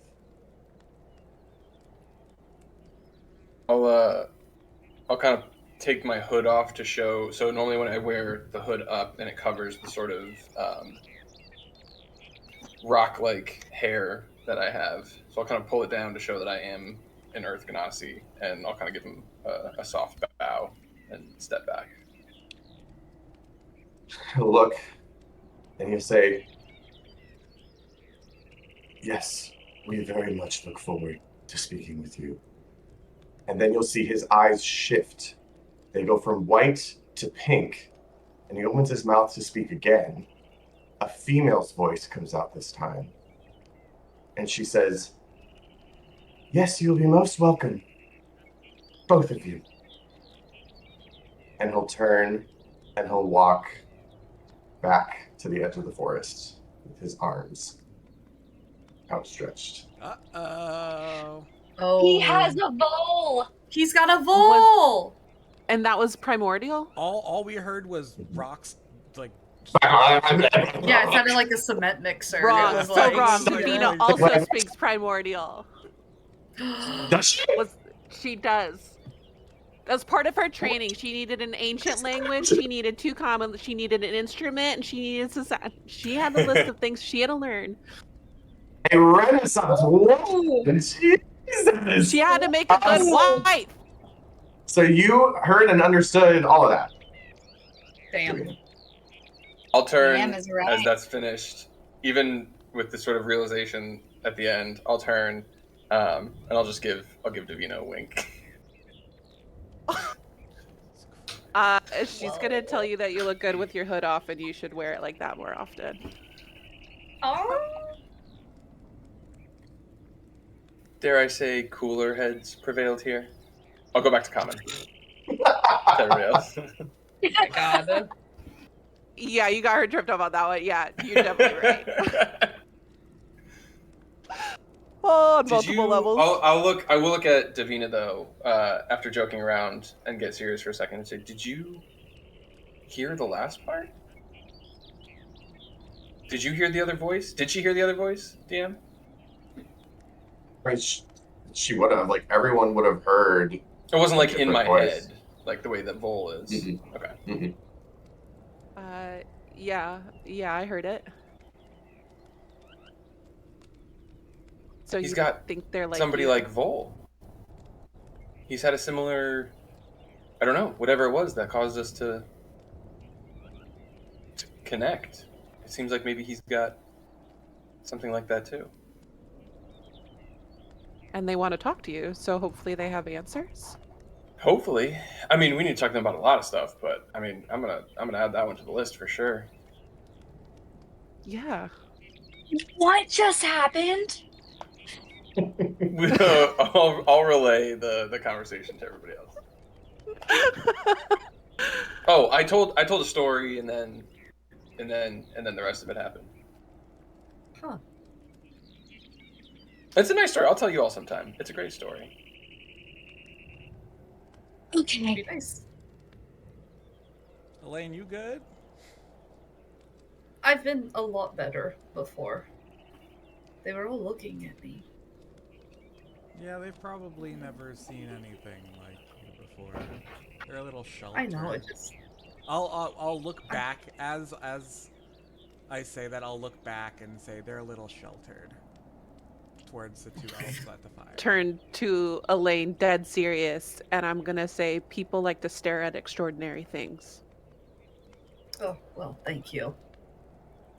Like, apparently, well, yeah, Vel can is an avid storyteller and speaks primordial, and apparently, Elaine, you're a priestess in their eyes. What? What? Oh no, they No. were saying if we hadn't come with Tayana. They were No, talking but about... Tayana. No. She's Yeah. the priestess. Oh, they They're were talking talking, about it. oh, they weren't talking about Elaine being that. No. So they didn't say why they were staring at her. I thought they were staring at her because they thought of her as like a priestess. No. I am the I tried. equivalent. I'm the equivalent of showing a Victorian child of plasma screen Yeah, TV. yeah, like I am. Yes. I am. Got Yeah. it. Yeah. Got it. Okay. Yeah. That is exactly what it is. Incredible. I would say after this exchange, something about this person that Velterra just interacted with seems to have at least held the crowd back at the moment. This person, the fact that they all turned to look at him immediately, this person seems to have some level of reverence here at this place. And whatever just happened, even though they couldn't necessarily, some of them might have understood primordial, you don't know. But at least for the time being, they seem to kind of just, while tensions were slowly maybe beginning to start to boil, they seem to have retreated back to, I don't know what the fuck this is. Like, I don't want to deal with this. You know what I mean? Like, that's kind of where y'all have ended up at the moment. I guess this is better than it was. I feel like this is about what the time Jess would normally cast Shatter. Yeah. Yeah. Don't encourage Okay, her. let me go through my Violet's spells. Oh my god, I don't have hungry. any. Violet's feeling hungry. This is about when Violet pounces on the closest How- elf and sucks their life force. It's What's- fine. Sorry.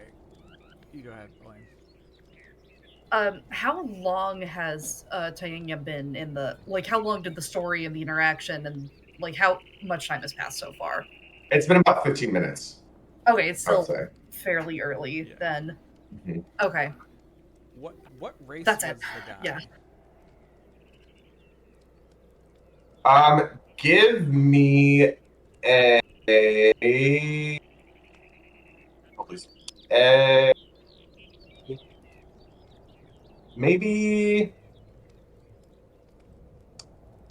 like an insight check, or Oh, History? Don't No. change it. Don't change it. I would say give me either a history or an arcana. Either one of the two, your choice. History or arcana. Okay. History, I have a +4, so let's go with that. 18.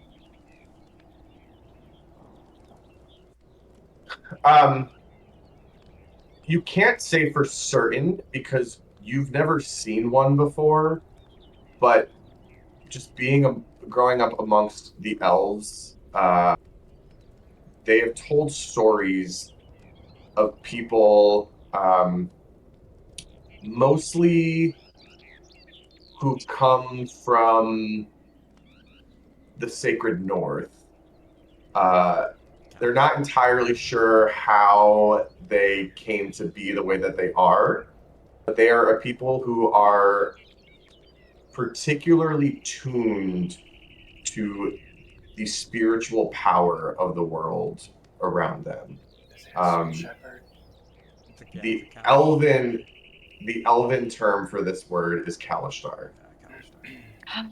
Oh, cool. I'll turn to Val and be like, I think you just made friends with a soul speaker.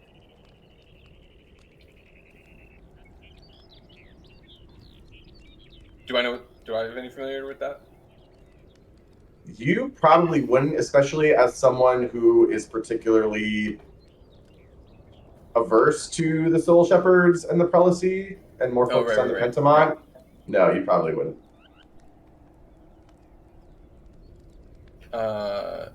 Is that good? I'm kind of like you. I don't really put stock in the whole religion side of things, but as far as like purity of religion, they're as pure as it comes, I would say. They're kind of like, I don't know. If you remove dogma from it all, they like are probably as close to like actually believing in like soul shepherds and what that whole thing is about. Like if you got to the root of like the reality of it all. Mm-hmm. So I've never seen one before, so that's kind of cool. I will be very interested to see what a conversation looks like. Maybe At this maybe Vol's not the only being trapped in a head. Hell, maybe they know how to like let him out. Yeah, the other, whatever the voice was, it spoke. Yeah, so far, Vol hasn't really been able to do that outside of the seeds. Might have something to do with the fact that they're particularly attuned to that kind of mumbo jumbo. But it's one of the many things I was hoping I might learn more about in a place like this. Would I be kind of shocked that they're here? Or would it kind of make sense because they're kind of close by in terms of geography? I'd say on that history check, it does strike you as a little strange. And especially, perhaps, given Valterra's, proclivity to the Pentamont and his connection to the Quintessence and like how Vol came from all that. That makes the fact that a Kalashtar is here in a potentially similar situation even weirder. Yeah. I mean the Chailith have been cut off from everybody for so long. And like reject all religions.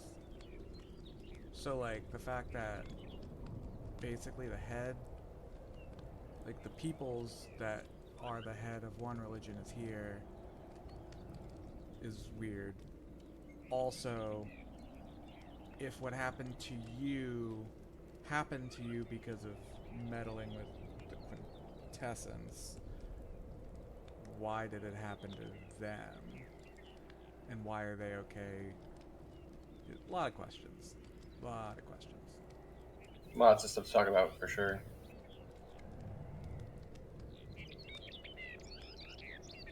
It's about at this point that the tent flap flies open. Tanya storms out, followed not too far behind by Warden Ristel. And you can see she has a particularly angry look on her face. That didn't go well. Great. She makes her way over to you, and she says, "The Warden is not granting us entrance to Ammrion." Because? I tried to explain my case to him. He mentioned that the rules and customs of our society dictate that no outsiders are allowed within the sacred center without prior approval from those in charge there. And how long would that take to get? I'm not entirely sure. I would have to somehow myself get there and plead my case with not much at my disposal. I was hoping to have you. That's not even the purpose of this visit. And at this point, the warden kind of like, he's standing there with his arms crossed. And he's just going to say, you should have thought of that, Taiga, before you brought them here. And you should be lucky we are going to let them leave in one piece. In response, I'll call out, your ancestors would be ashamed of you. You had a chance to replant the seed of the Fae here, but you're turning that away. And I'll start heading back to the way we came.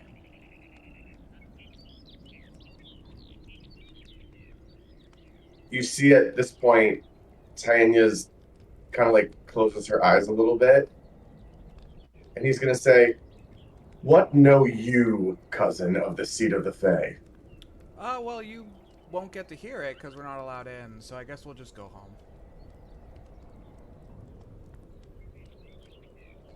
Let me make something crystal clear to you, Ilbrian. I control the path in and out of Ammrion. I make the rules of who gets to go and why. You will tell me what you know, or you will have no chance in hell of making it to our city.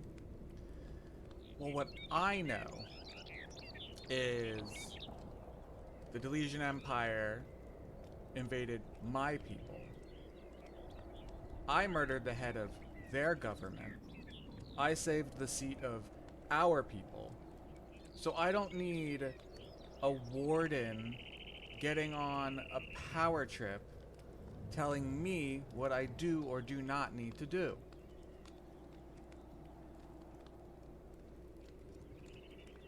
You have much to learn, cousin. Our time apart has made you cocky, and you forget why we banished you in the first place. If I may. Would Violet know why that happened? Like why? Why? Also, yeah, is this in common or is this all in Elvish? Yeah. This Do is we understand? all in Elvish, all in Okay, Elvish. which I do understand. But why were they banished? Do I need a real history check for this? Do you want to make a history check? Sure. They're banished because Okay. they said that their skirt looked so ugly, and it definitely didn't. Oh my gosh. They wore pink on a Wednesday. Okay, 23. Okay, 23. History was never your favorite subject in school, Violet. But you know what was your favorite subject in The school? tea. Drama. Drama. Yeah. This story in particular stuck with you because you found it, well, frankly, kind of funny at the time. The elves were all one people of the Taiga for generations. At the onset of rift walking, when rift walking was essentially born into the world, the elves violently rejected it as a disgusting bastardization of living in harmony with nature. A small sect of the elves thought that while the way it was being practiced in the West was an abomination, there might still be some utility and a way to think about it, or sort of use some of the philosophy of rift walking and borrow pieces of it to create a new way of living with nature. They were treated as heretics by the rest of the elves, who tried to, at times, violently suppress this form of thinking, until a decision was made to basically banish anyone who had advocated for the practice. Those elves made their way south ultimately founded Tilo Asari and spread out their culture throughout the jungle. And that was what you all witnessed when you were in the capital. The way that the trees seemed to be sculpted and shifted and changed. It looked as almost if they had grown into perfect buildings. That was a result of the new type of magic that the High Elves took with them that the Wood Elves of the North to this day reject and consider blasphemy. Okay. Damn. Listen, cousin. I know that our people see things very differently. I am not a diplomat, but what we came here to do was re-establish the seat of the Fae here. And if that is not something that interests you, then yes, we will leave. We will find somewhere else to do it.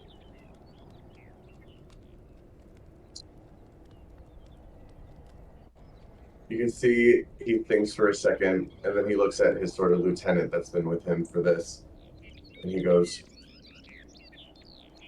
"Okay, cousin."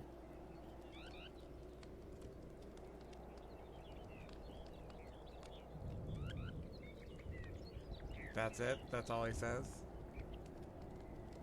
Violet's gonna step in Elvish, or you go first.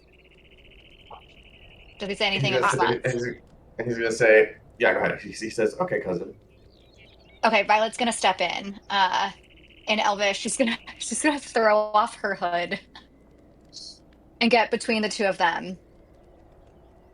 Okay. Warden, Jasper, both of you just take a step back. Please. We're not fighting. And then I'm gonna turn, but like given your history, I'm gonna turn to the warden and be like, my name's Violet.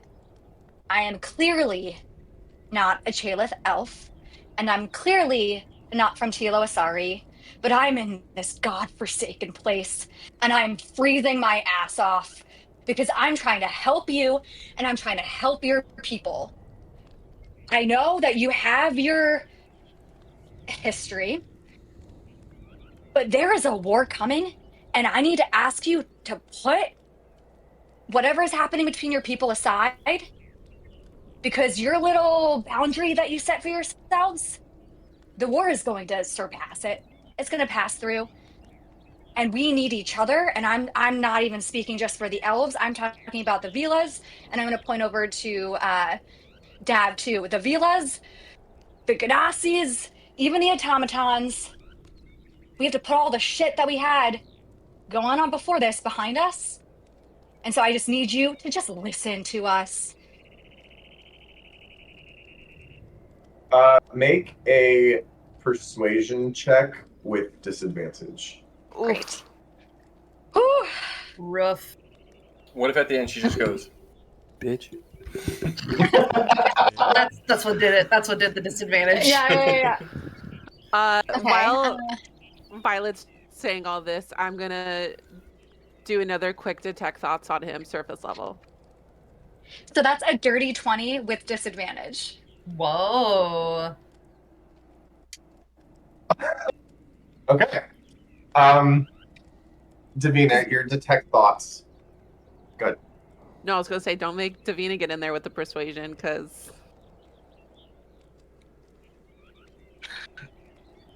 The detect thoughts on this, he is almost okay. I'm trying to think of the best way to describe this. mm-hmm. His back and forth with Jasper.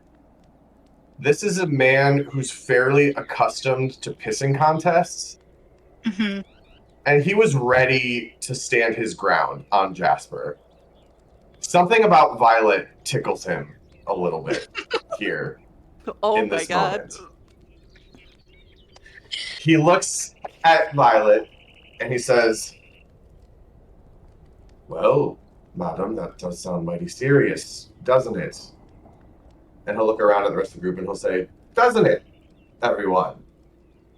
and they'll sort of like murmur and nod. And he goes, "I'd be willing to help you. What kind of warden would I be if I'm not looking out for my people when the war reaches our border?" Oh, but wait. I wish I could help, but you see, I'm tied up a little bit at the moment. And he beckons over at the frost giant, who's been standing at the tent over on the other side, just like scowling the whole time. And he is going to look over at him and he's going to say, "You see, kind old Zholmyr came to me with a dire problem.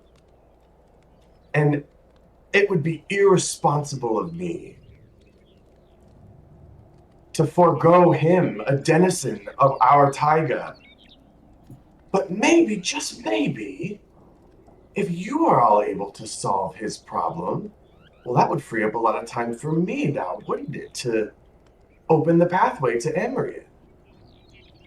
Oh, and what is this problem that Um, someone like you can't even solve quickly?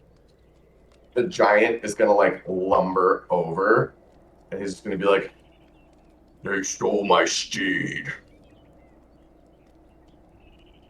Who's they? No, there's I'll switch to giant now, which I also can speak. Wow. Okay. My goodness.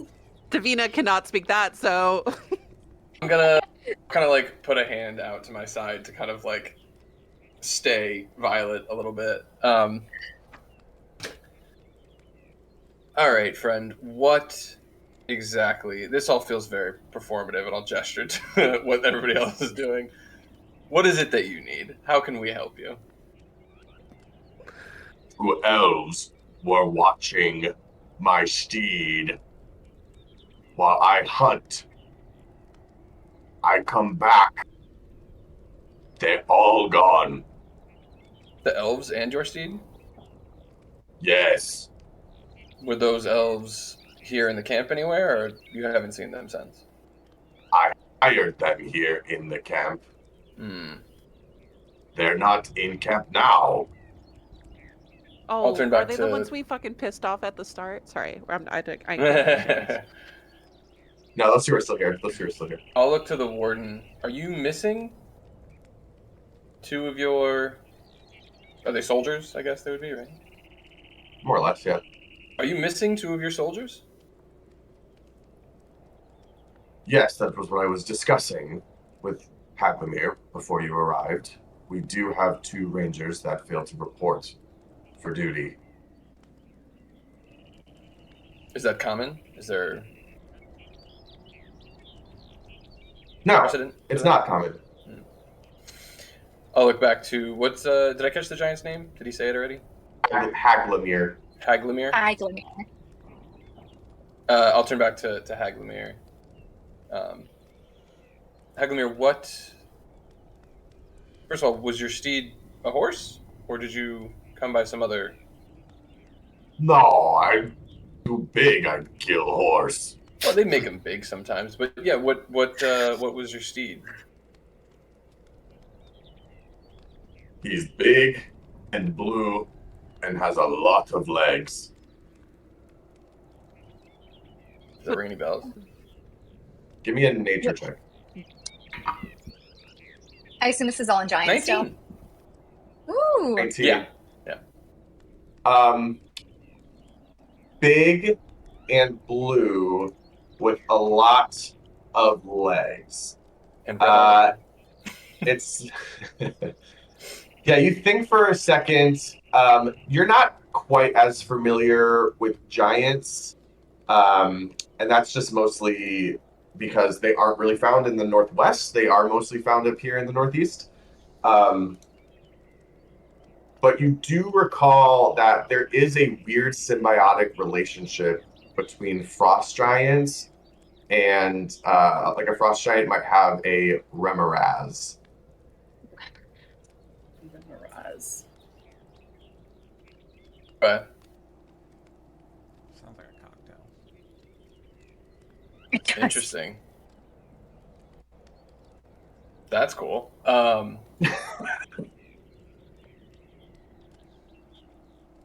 Ooh. Oh shit. Don't would you Don't like.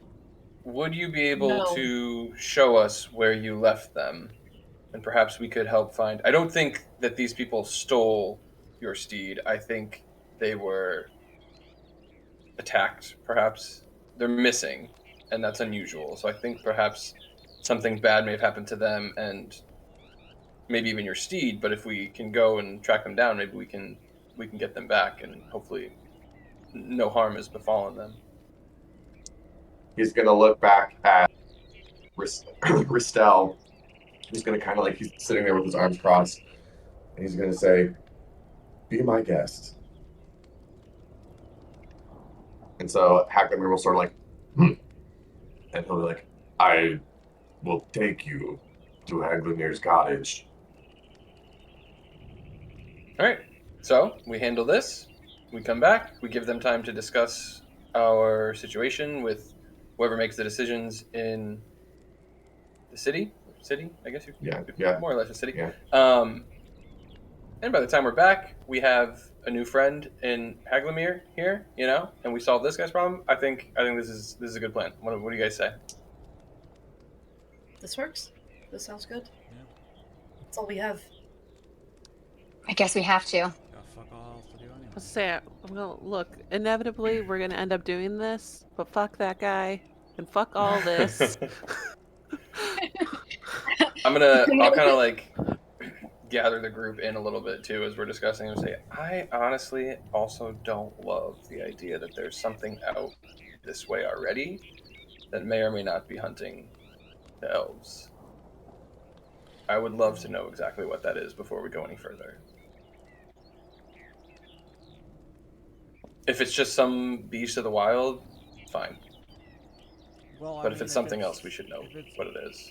If it's big enough to take something that guy rides, I don't think it's just. Or it doesn't need to be big enough, but just somebody powerful enough. Yeah, exactly.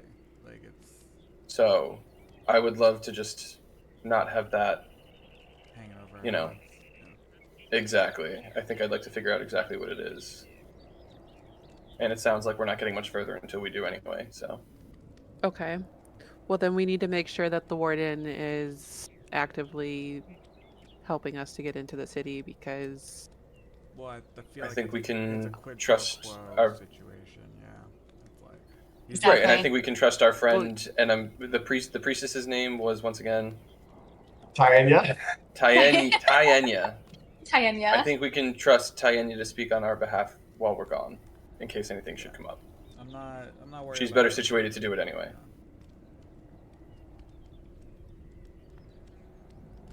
Alright, so I'm going to turn back to Haglimir, and I will say, friend, please lead us to where you last saw your beloved steed and the two elves that you hired. Okay. He nods and then begins making his way out of the camp with very large strides. You see at one point he accidentally kicks over a barrel and the barrel explodes. And he takes a second to kind of like pause, look over his shoulder, and just go, "Sorry," and then keeps walking. Was there anything in the barrel, or was it just like an empty barrel? It was empty. It was an empty barrel. Alright, But Cute. I'm going to leave that's- it then. Oh, are you gonna mend it? I was going to start and like put it back together, but there's nothing in it. It doesn't seem to belong to anybody. I'm not going to worry about it. No. Sweet. So he makes his way out back into the snow. You can see that he's a frost giant. He's acclimated to this type of environment, and he is walking like it. So I Are we will deporting be- right away? We're just That's- hitting it? Okay. seems that I mean, they won't seems to give us be- anywhere to stay, I don't think. So No, this is no, our no. best Okay. shot. We have That's it. Okay. everything. Also, I it's just literally need to the glare at morning. Jordan. Like we just woke up. Yeah. Like an hour It's like no, it's like early afternoon at this point. ago. Oh, okay. You guys had woken up, you did your breakfast, your walk, you went and got furs, you came here, you had to walk in the camp. It's like early afternoon at this point. Okay, so before we So. leave, just with the warden, so we're gonna go help your friend, Haglimir, And then when we return, you're going to help us? Yes, ma'am. Okay. Can I do an insight check on him? Yes, go ahead.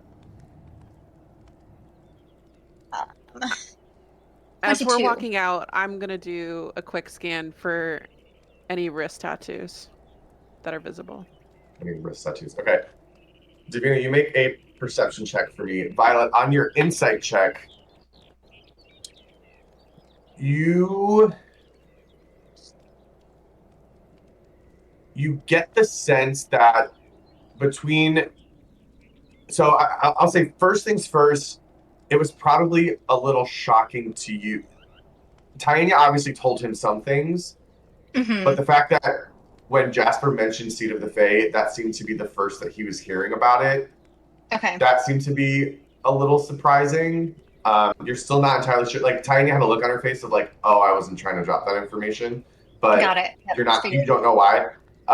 So that it seems like that may have been something that kind of swayed him, but in a, whatever you want to call it, not even revenge, but it's just sort of like maybe a power move.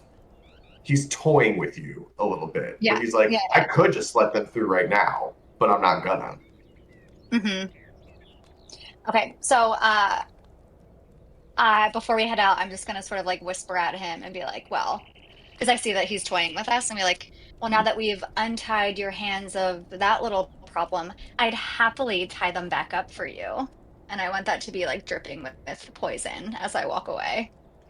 I think that's flirting. Yeah, I was like, I was gonna say, Insight check, he's turned on. Yeah. Like, perception I'm check. trying to is discern. turn. Like, he's toying with us, I'm toying with him. Yeah. You mention that to him, and you see he just raises an eyebrow at you, but kind of keeps to himself and doesn't say anything back. All right. As we start to leave like the camp, I'm going to cast Pass Without a Trace on the group. oh, please. Okay. Ooh, smart. Oh, and I rolled an 18 on my so- perception. Okay, so I'm so sorry. Remind me what the check was for. It was for the circle tattoos, particularly on the warden. Okay, yes. I will say it's a little bit tougher this time. They are all wearing a lot of leather and like other coverings, right? From what you could see from what little skin was shown, no, there does not seem to be any gold or anything like that you can see.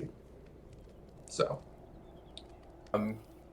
So the main thing with Pass Without a Trace, for the purpose of this, is a creature that receives this bonus leaves behind no tracks or other traces of its passage. That's Okay, nice. beautiful. So even if we're not actively trying to be stealthy, if anybody's trying to track us, they will have a much harder time, I would imagine. Love Yeah, okay, so as you make your way out into the beautiful glowing frozen fire snow, you notice that the snow remains completely untouched as you walk. There is no footprints, there is no disturbance. It remains a pristine, glowing cover on the forest floor. And so you make your way, you walk, you keep walking. It's starting to get a little windy. The wind is whipping. Davina, in particular, you are not loving this cold because it's not good for your skin, girl. You don't get chapped. No. You walk for what seems to be nearly 45 minutes in the snow. Just when you feel like you're potentially at your breaking point to say something, Zholmyr says, "Here." And you look, and you didn't even notice it at first. There is a very humble rock shack that has been built smack dab in the middle of this snowy forest. Right. It is very humble. It is very humble. There are a couple small, it was like an entrance hole. There's really no windows or anything like that. There's like a small chimney at the top. And there's a few kind of like tools and workings scattered around, as well as a large, what's the word? Like a post where you tie horses to. What's the name for that? Oh my god. A hitch. Hitching, A hitch, yeah, like a hitching post. Yeah. There seems to be a very large pole, and the only reason you think it might be a hitching post is because of some of the leather straps that kind of hang down from it and on it, and there's like hay and stuff laid out on the top of the snow that is like slowly being covered. But that's what you immediately see. I turned to Val. I'm like, what the fuck kind of steed did this guy have?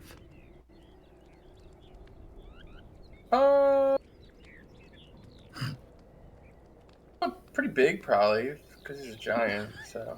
Yeah. Do we need to be worried? We'll see. No, he's a steed. He's a domesticated animal. It's fine. Oh, okay. Okay. Nah, it should be. I bet it's fine. It should be fine. Is fine and should be fine are two different things. Just I'll turn to Zholmyr and say, is this where they were when you left them? Yes. And where did you go when you went off to hunt and then when you came back? Which direction? That way. Okay. So I'll look to the rest of the group. Okay, so look around and see if anybody can find anything that might suggest what happened here or which direction they may have gone, but obviously not that direction. That's the direction he came from. So other stuff. And I'm going to direct them to do it because I am not good at things like investigation and/or perception. Amazing. I can Violet is perceive. I cannot investigate. I can investigate, and I feel like for the full 45 minutes, like Violet was just ranting about the warden, how much of a dick he was. So she wants to do this as fast as possible. Okay, so who is doing some hunting here? Me. I'm not good here. Violet? I will send a bardic to Jasper, and then Davina's gonna ritual cast detect magic for shits and giggles. I like it. Okay. I got an 18 on investigation. 18 on investigation. Okay, so hold on, let me see something on detect magic. Okay, what am I rolling? All the snow just immediately lights up too. Yeah, just there it is. Yeah, right. It's like when that little sniffy thing from Avatar, they poured all the perfume out. How long does Bardic? Oh yeah, Bardic it's only just lasts all a lit minute, up. Right? Huh? Bardic is until your next roll, and then I have the feature. Oh wait, you have the feature wait, where let me I see. should always roll. I should always roll it because if I fail, Even if you I don't do it succeed, again. yeah. I should always If you roll don't succeed, yeah, you can. Well, Try I'm not going to again. Try succeed, so I again. will start. I will probably try again. Yeah, that's not going to help. I rolled a 2, and then I rolled a 1, Oh, and I have a +0. oh my. I got You have a +0? I am not. Michael! Investigation is a int stat, and int is my dump stat, girl. It's a not good. I can perceive. I cannot investigate. I can perceive you. Do not perceive. Here's what we're gonna Okay. do. That's what I'm going to So, do. we have an 18 investigation from Violet, and we have a detect magic from Davina, and we have a roll from Jasper. It's a roll. It's positive. It will go down as Hey, one it's of the a thing. rolls of all time. It is positive. I didn't go negative, so there's that. Jasper, you are really picking up on much out here. You know the jungle. You don't know the snow very well. That was Niall. And so you're having a hard... Yeah, Niall does mountains. You don't do mountains, you do jungle. So, yes, exactly. So you're having a little bit of a tough time Violet, you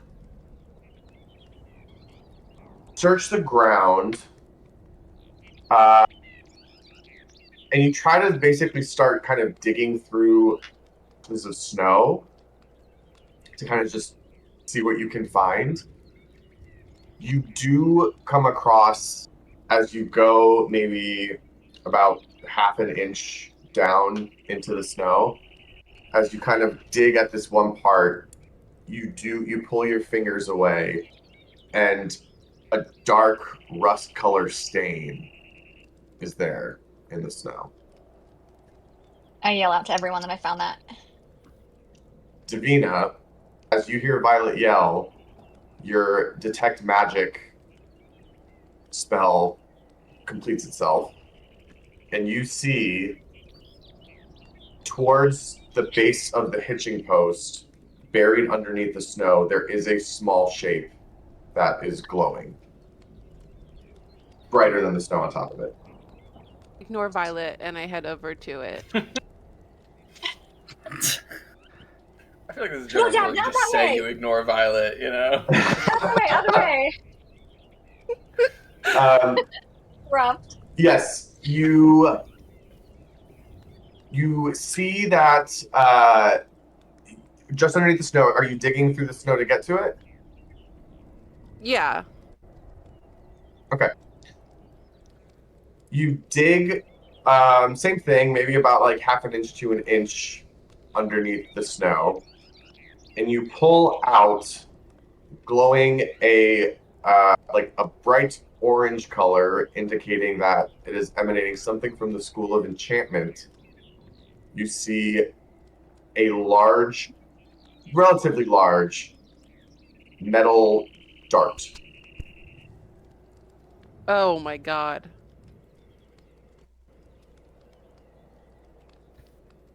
Violet, what did you find? Is it blood? Would I know if this is blood or something else? It's a pretty good guess that this is probably a blood stain. Yeah. Okay. Something died here. Something got hurt.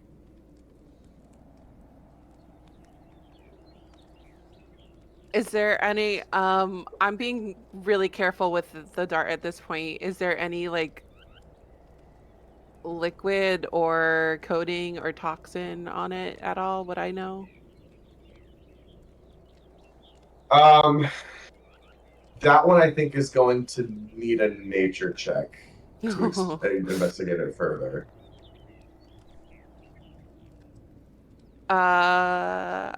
I'll do it, but as I'm looking at it, I'll call Vel over to take a closer look. Is your nature good? I don't. Yeah, I call him over to help out and look at it. What'd you find, Dev? I rolled a 12. I found snow. Good job, buddy. Thing ones. Violet, you're just gonna hear in your head, you're doing great, Jasper. I hate this place. Theo, should I also roll for nature on this one or no? Yeah, if she's kind of presenting it to you to also investigate a little bit, like, yeah, you can go ahead and roll a nature What check was as well. that? Did not like. Thanks. I hate I just realized I still had the campfire going, and I was like, no, we're not in the camp anymore. It's a 14 for me. Okay. You don't see anything. I don't know why it's making that noise. I was like, hate it. what the fuck? Hate that. This boogie Um, Die. that is not what was advertised to me. So sorry. Anyways, so you don't see anything. I mean, the other thing that's a little hard in the moment too is it was found underneath the snow, which means if there was something on there, it was potentially washed off. Like you can't tell. You don't see any trace of anything on the dart. But the dart itself was glowing, as in the dart was magic? Okay. Correct. Okay. Does it look natural or does it look man-made? No, this looks very man-made. Oh, okay. It's purely metal. Oh, okay. Got it. Yeah. This was sniffed. Yeah. And it was enchanted. And Can I take a look at it to see if I recognize it as something military? That's like more like like would it make sense for this dart to be in Chailith, or is this coming from outside of Chailith? That you don't even need to roll for. This is not Chailith. Okay, I'll look The over. Chailith Wood Elves almost never use metal if they don't have to. So I'll look over Vel's. Okay. I'll look over Vel's shoulders and I'll be like, "Well, your suspicion's probably true because that sure as hell didn't come from within Chailith." Venus gonna throw her hands up and say, "Fuck." Has anybody found any direction that anything may have gone? Is there a trail of blood, assuming that the beast has been injured, the steed? Are you trying to kind of keep digging? Yeah. Yeah, but I'll say as you continue to dig, it's almost, it seems like you kind of happened on just the perfect spot when you were first starting to look. And you start to dig around it, and it's just more snow, until you get to another point and you see another stain just buried beneath as well. And you kind of follow the two pieces down a little bit of it, and you do see that there is a small trail. Okay. I found a trail. It's injured. Let's go.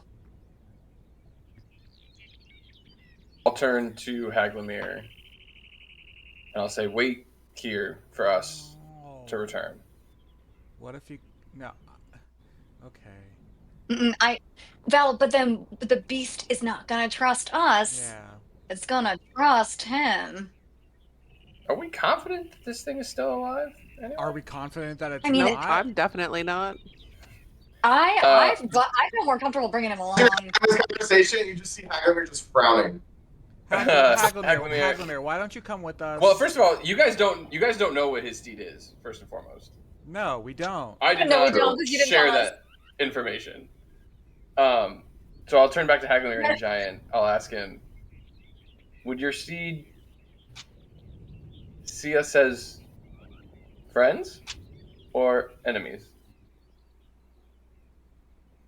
Well, Oh no. The secret third option, food. Yeah. Offlid was Offlid? never Oh. good at making friends. But that's why him and I go so well together. I love him. Let's keep him. I love him. I love him so much. We love a himbo. Okay, turns out Zholmyr's coming with us, guys. Right, well, like, whatever his steed is, it's probably dead. Look at how much blood has been lost. Like, Violet has no idea how big this is. He's gonna look at you though. Zholmyr's eyes are gonna go wide. He's gonna say, "Come with you where?" To find your steed. Is there danger? Oh. We don't know.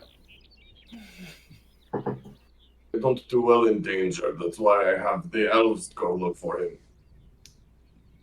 I love him. Is there... Okay. I'll turn back to... I'm going to turn back to Giant, and I'll say, is there any way to make Hofflid? Was that his name? Offlid, yeah, Offlid. Offlid? Yeah, Is there any Offlid, way our to heads. make Offlid our friend? Hopefully, quickly. He's gonna think for a second, and he's gonna turn and head into his shack. And he's gonna come back out holding a very large but very awkward-looking bridle, not one you've ever seen for a horse or anything like that before. But he's gonna say, "This is his bridle and saddle. When he's wearing it, it makes him comfortable and happy. If you can get it on him, he'll be safe." Oh. I'll look to Elaine. It's very large. I got it. Don't worry. Thank you. Yeah, I like sling the saddle over my shoulder and yeah. That's not for a horse. But no, it's not a horse. No, We should get Look going. at the size of him, Violet. No. It's What are we looking for? Let's go. Can And I'm I? gonna start moving in the direction of the. Can I guess this is make a an know it when insight we see check it on type Vel? of deal. Can I make an insight You check do. on Vel? No, Violet's not happy right now. Just to know, like, should I? Oh, be I don't think worried? Jasper needs to insight check. He knows I'm trying Okay, to okay. not make anybody panic Sure, with sure, what sure. we're trying to track down. Sure. Okay. I'm doing my best to just keep everybody moving in the same direction, and nobody worries about it because everything's fine. Yeah. Okay. oh, cool. So you want us to panic when we come face to face with it? Okay, cool. I think that's when we do our best work, if I'm being honest. I mean, you're not wrong. You're not wrong. We are a yes and kind of group. Yes, and Incredible. I love it. Oh my god. Okay, so he hands off the bridle to you, and he says, "Make sure he's safe." oh, Keep him secret. We'll do our best. All right, so with the bridle in hand, whoever is looking to follow the trail, please make a survival check for me. Yes. I will. This I can do. Yeah, and I still have my bardic. 18 for me.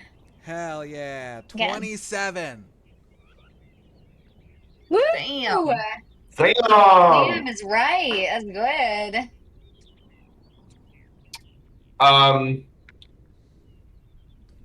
Velterra, do you have cantrips? Yeah, I got cantrips.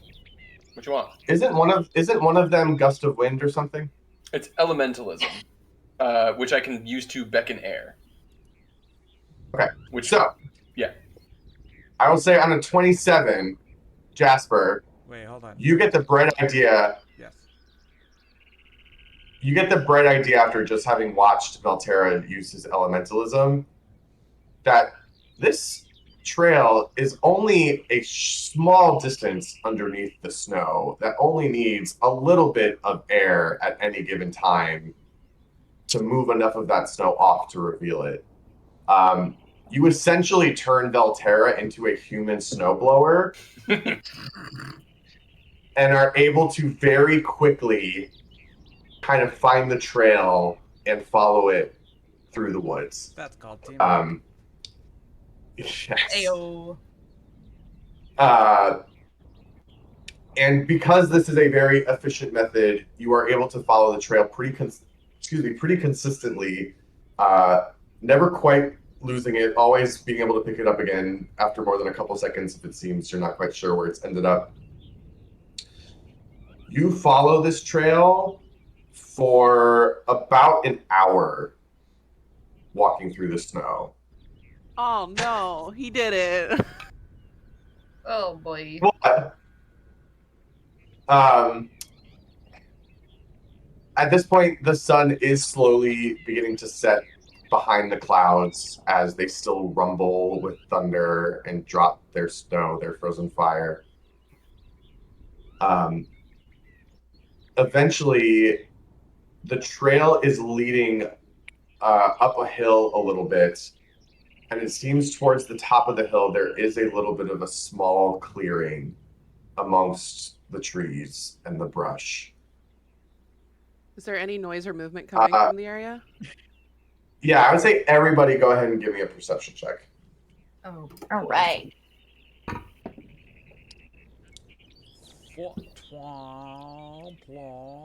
Ooh, 21. I got a 21 too.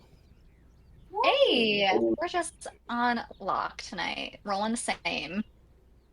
Well done, well done.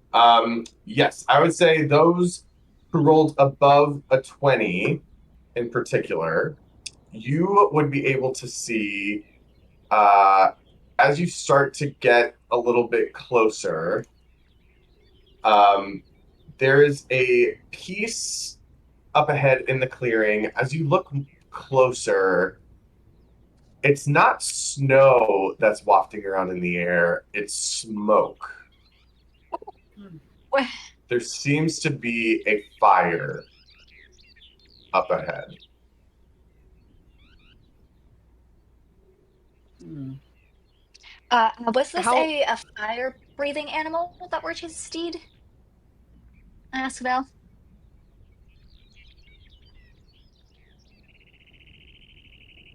No, Would Val know? no, it's not. It's not a fire breathing steed. How Okay. how far are from the clearing? At this point, you are still about, I will say, like 200 feet away. Shall we stealth? Okay. Let's definitely stealth. Whomever has the beast is right up ahead. Yeah. Eric, how long does Pass Without a Trace last? 1 hour. I can cast it again though.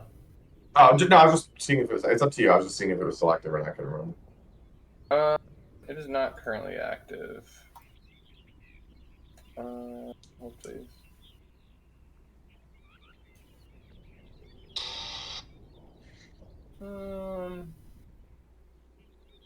Yeah, all right. I'll cast it again. I'll cast Pass Without Trace then. I'll have this one more time. I got a Alright, so- 23. Atta girl. Wow. Stealth. I need that Pass Without Trace bonus, baby. 27 for me. What's the bonus? Plus 10. 26 for me. 18 for Davina. Oh dear. She rolled a 2. Wow. So Okay, so Violet rolled a Rough. 1. Oh But god. my stealth is plus 13, which is 14. Plus 10 is 21. Well, don't you my also God. don't you have reliable Shit. talent? Yay! And then I have lucky. I can reroll if I need to. Wait, I don't think one that of us should have be reliable I think- talent? no, Outside I of have combat, a the- natural 1 doesn't necessarily mean.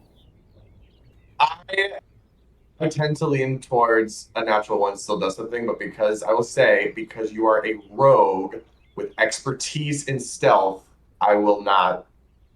If it was somebody else, maybe. But Mm. Love it. okay. You all hunch down into the snow, which still falls and kind of muffles any further footsteps or crunching through the snow.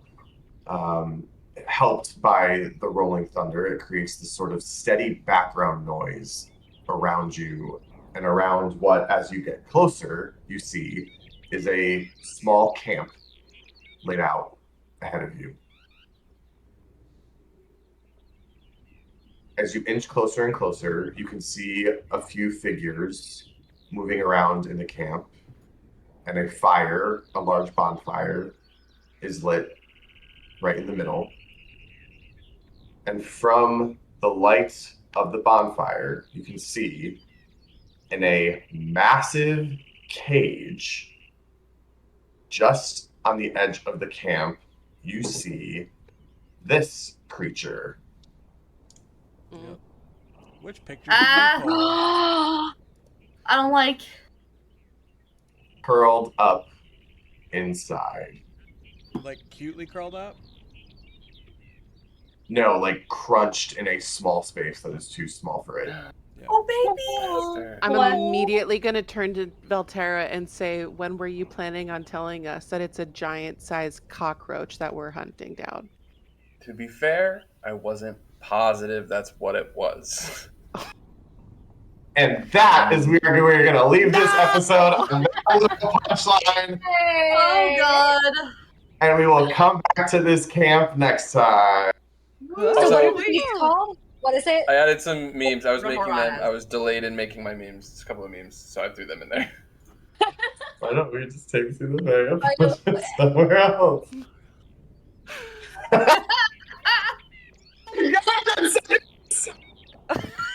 Jesus, the Don Daly one is... It's so good. That's it for everyone. 2026. We're so glad to be back. Thanks for watching, and we'll see you next time. Bye. We love you. Mwah.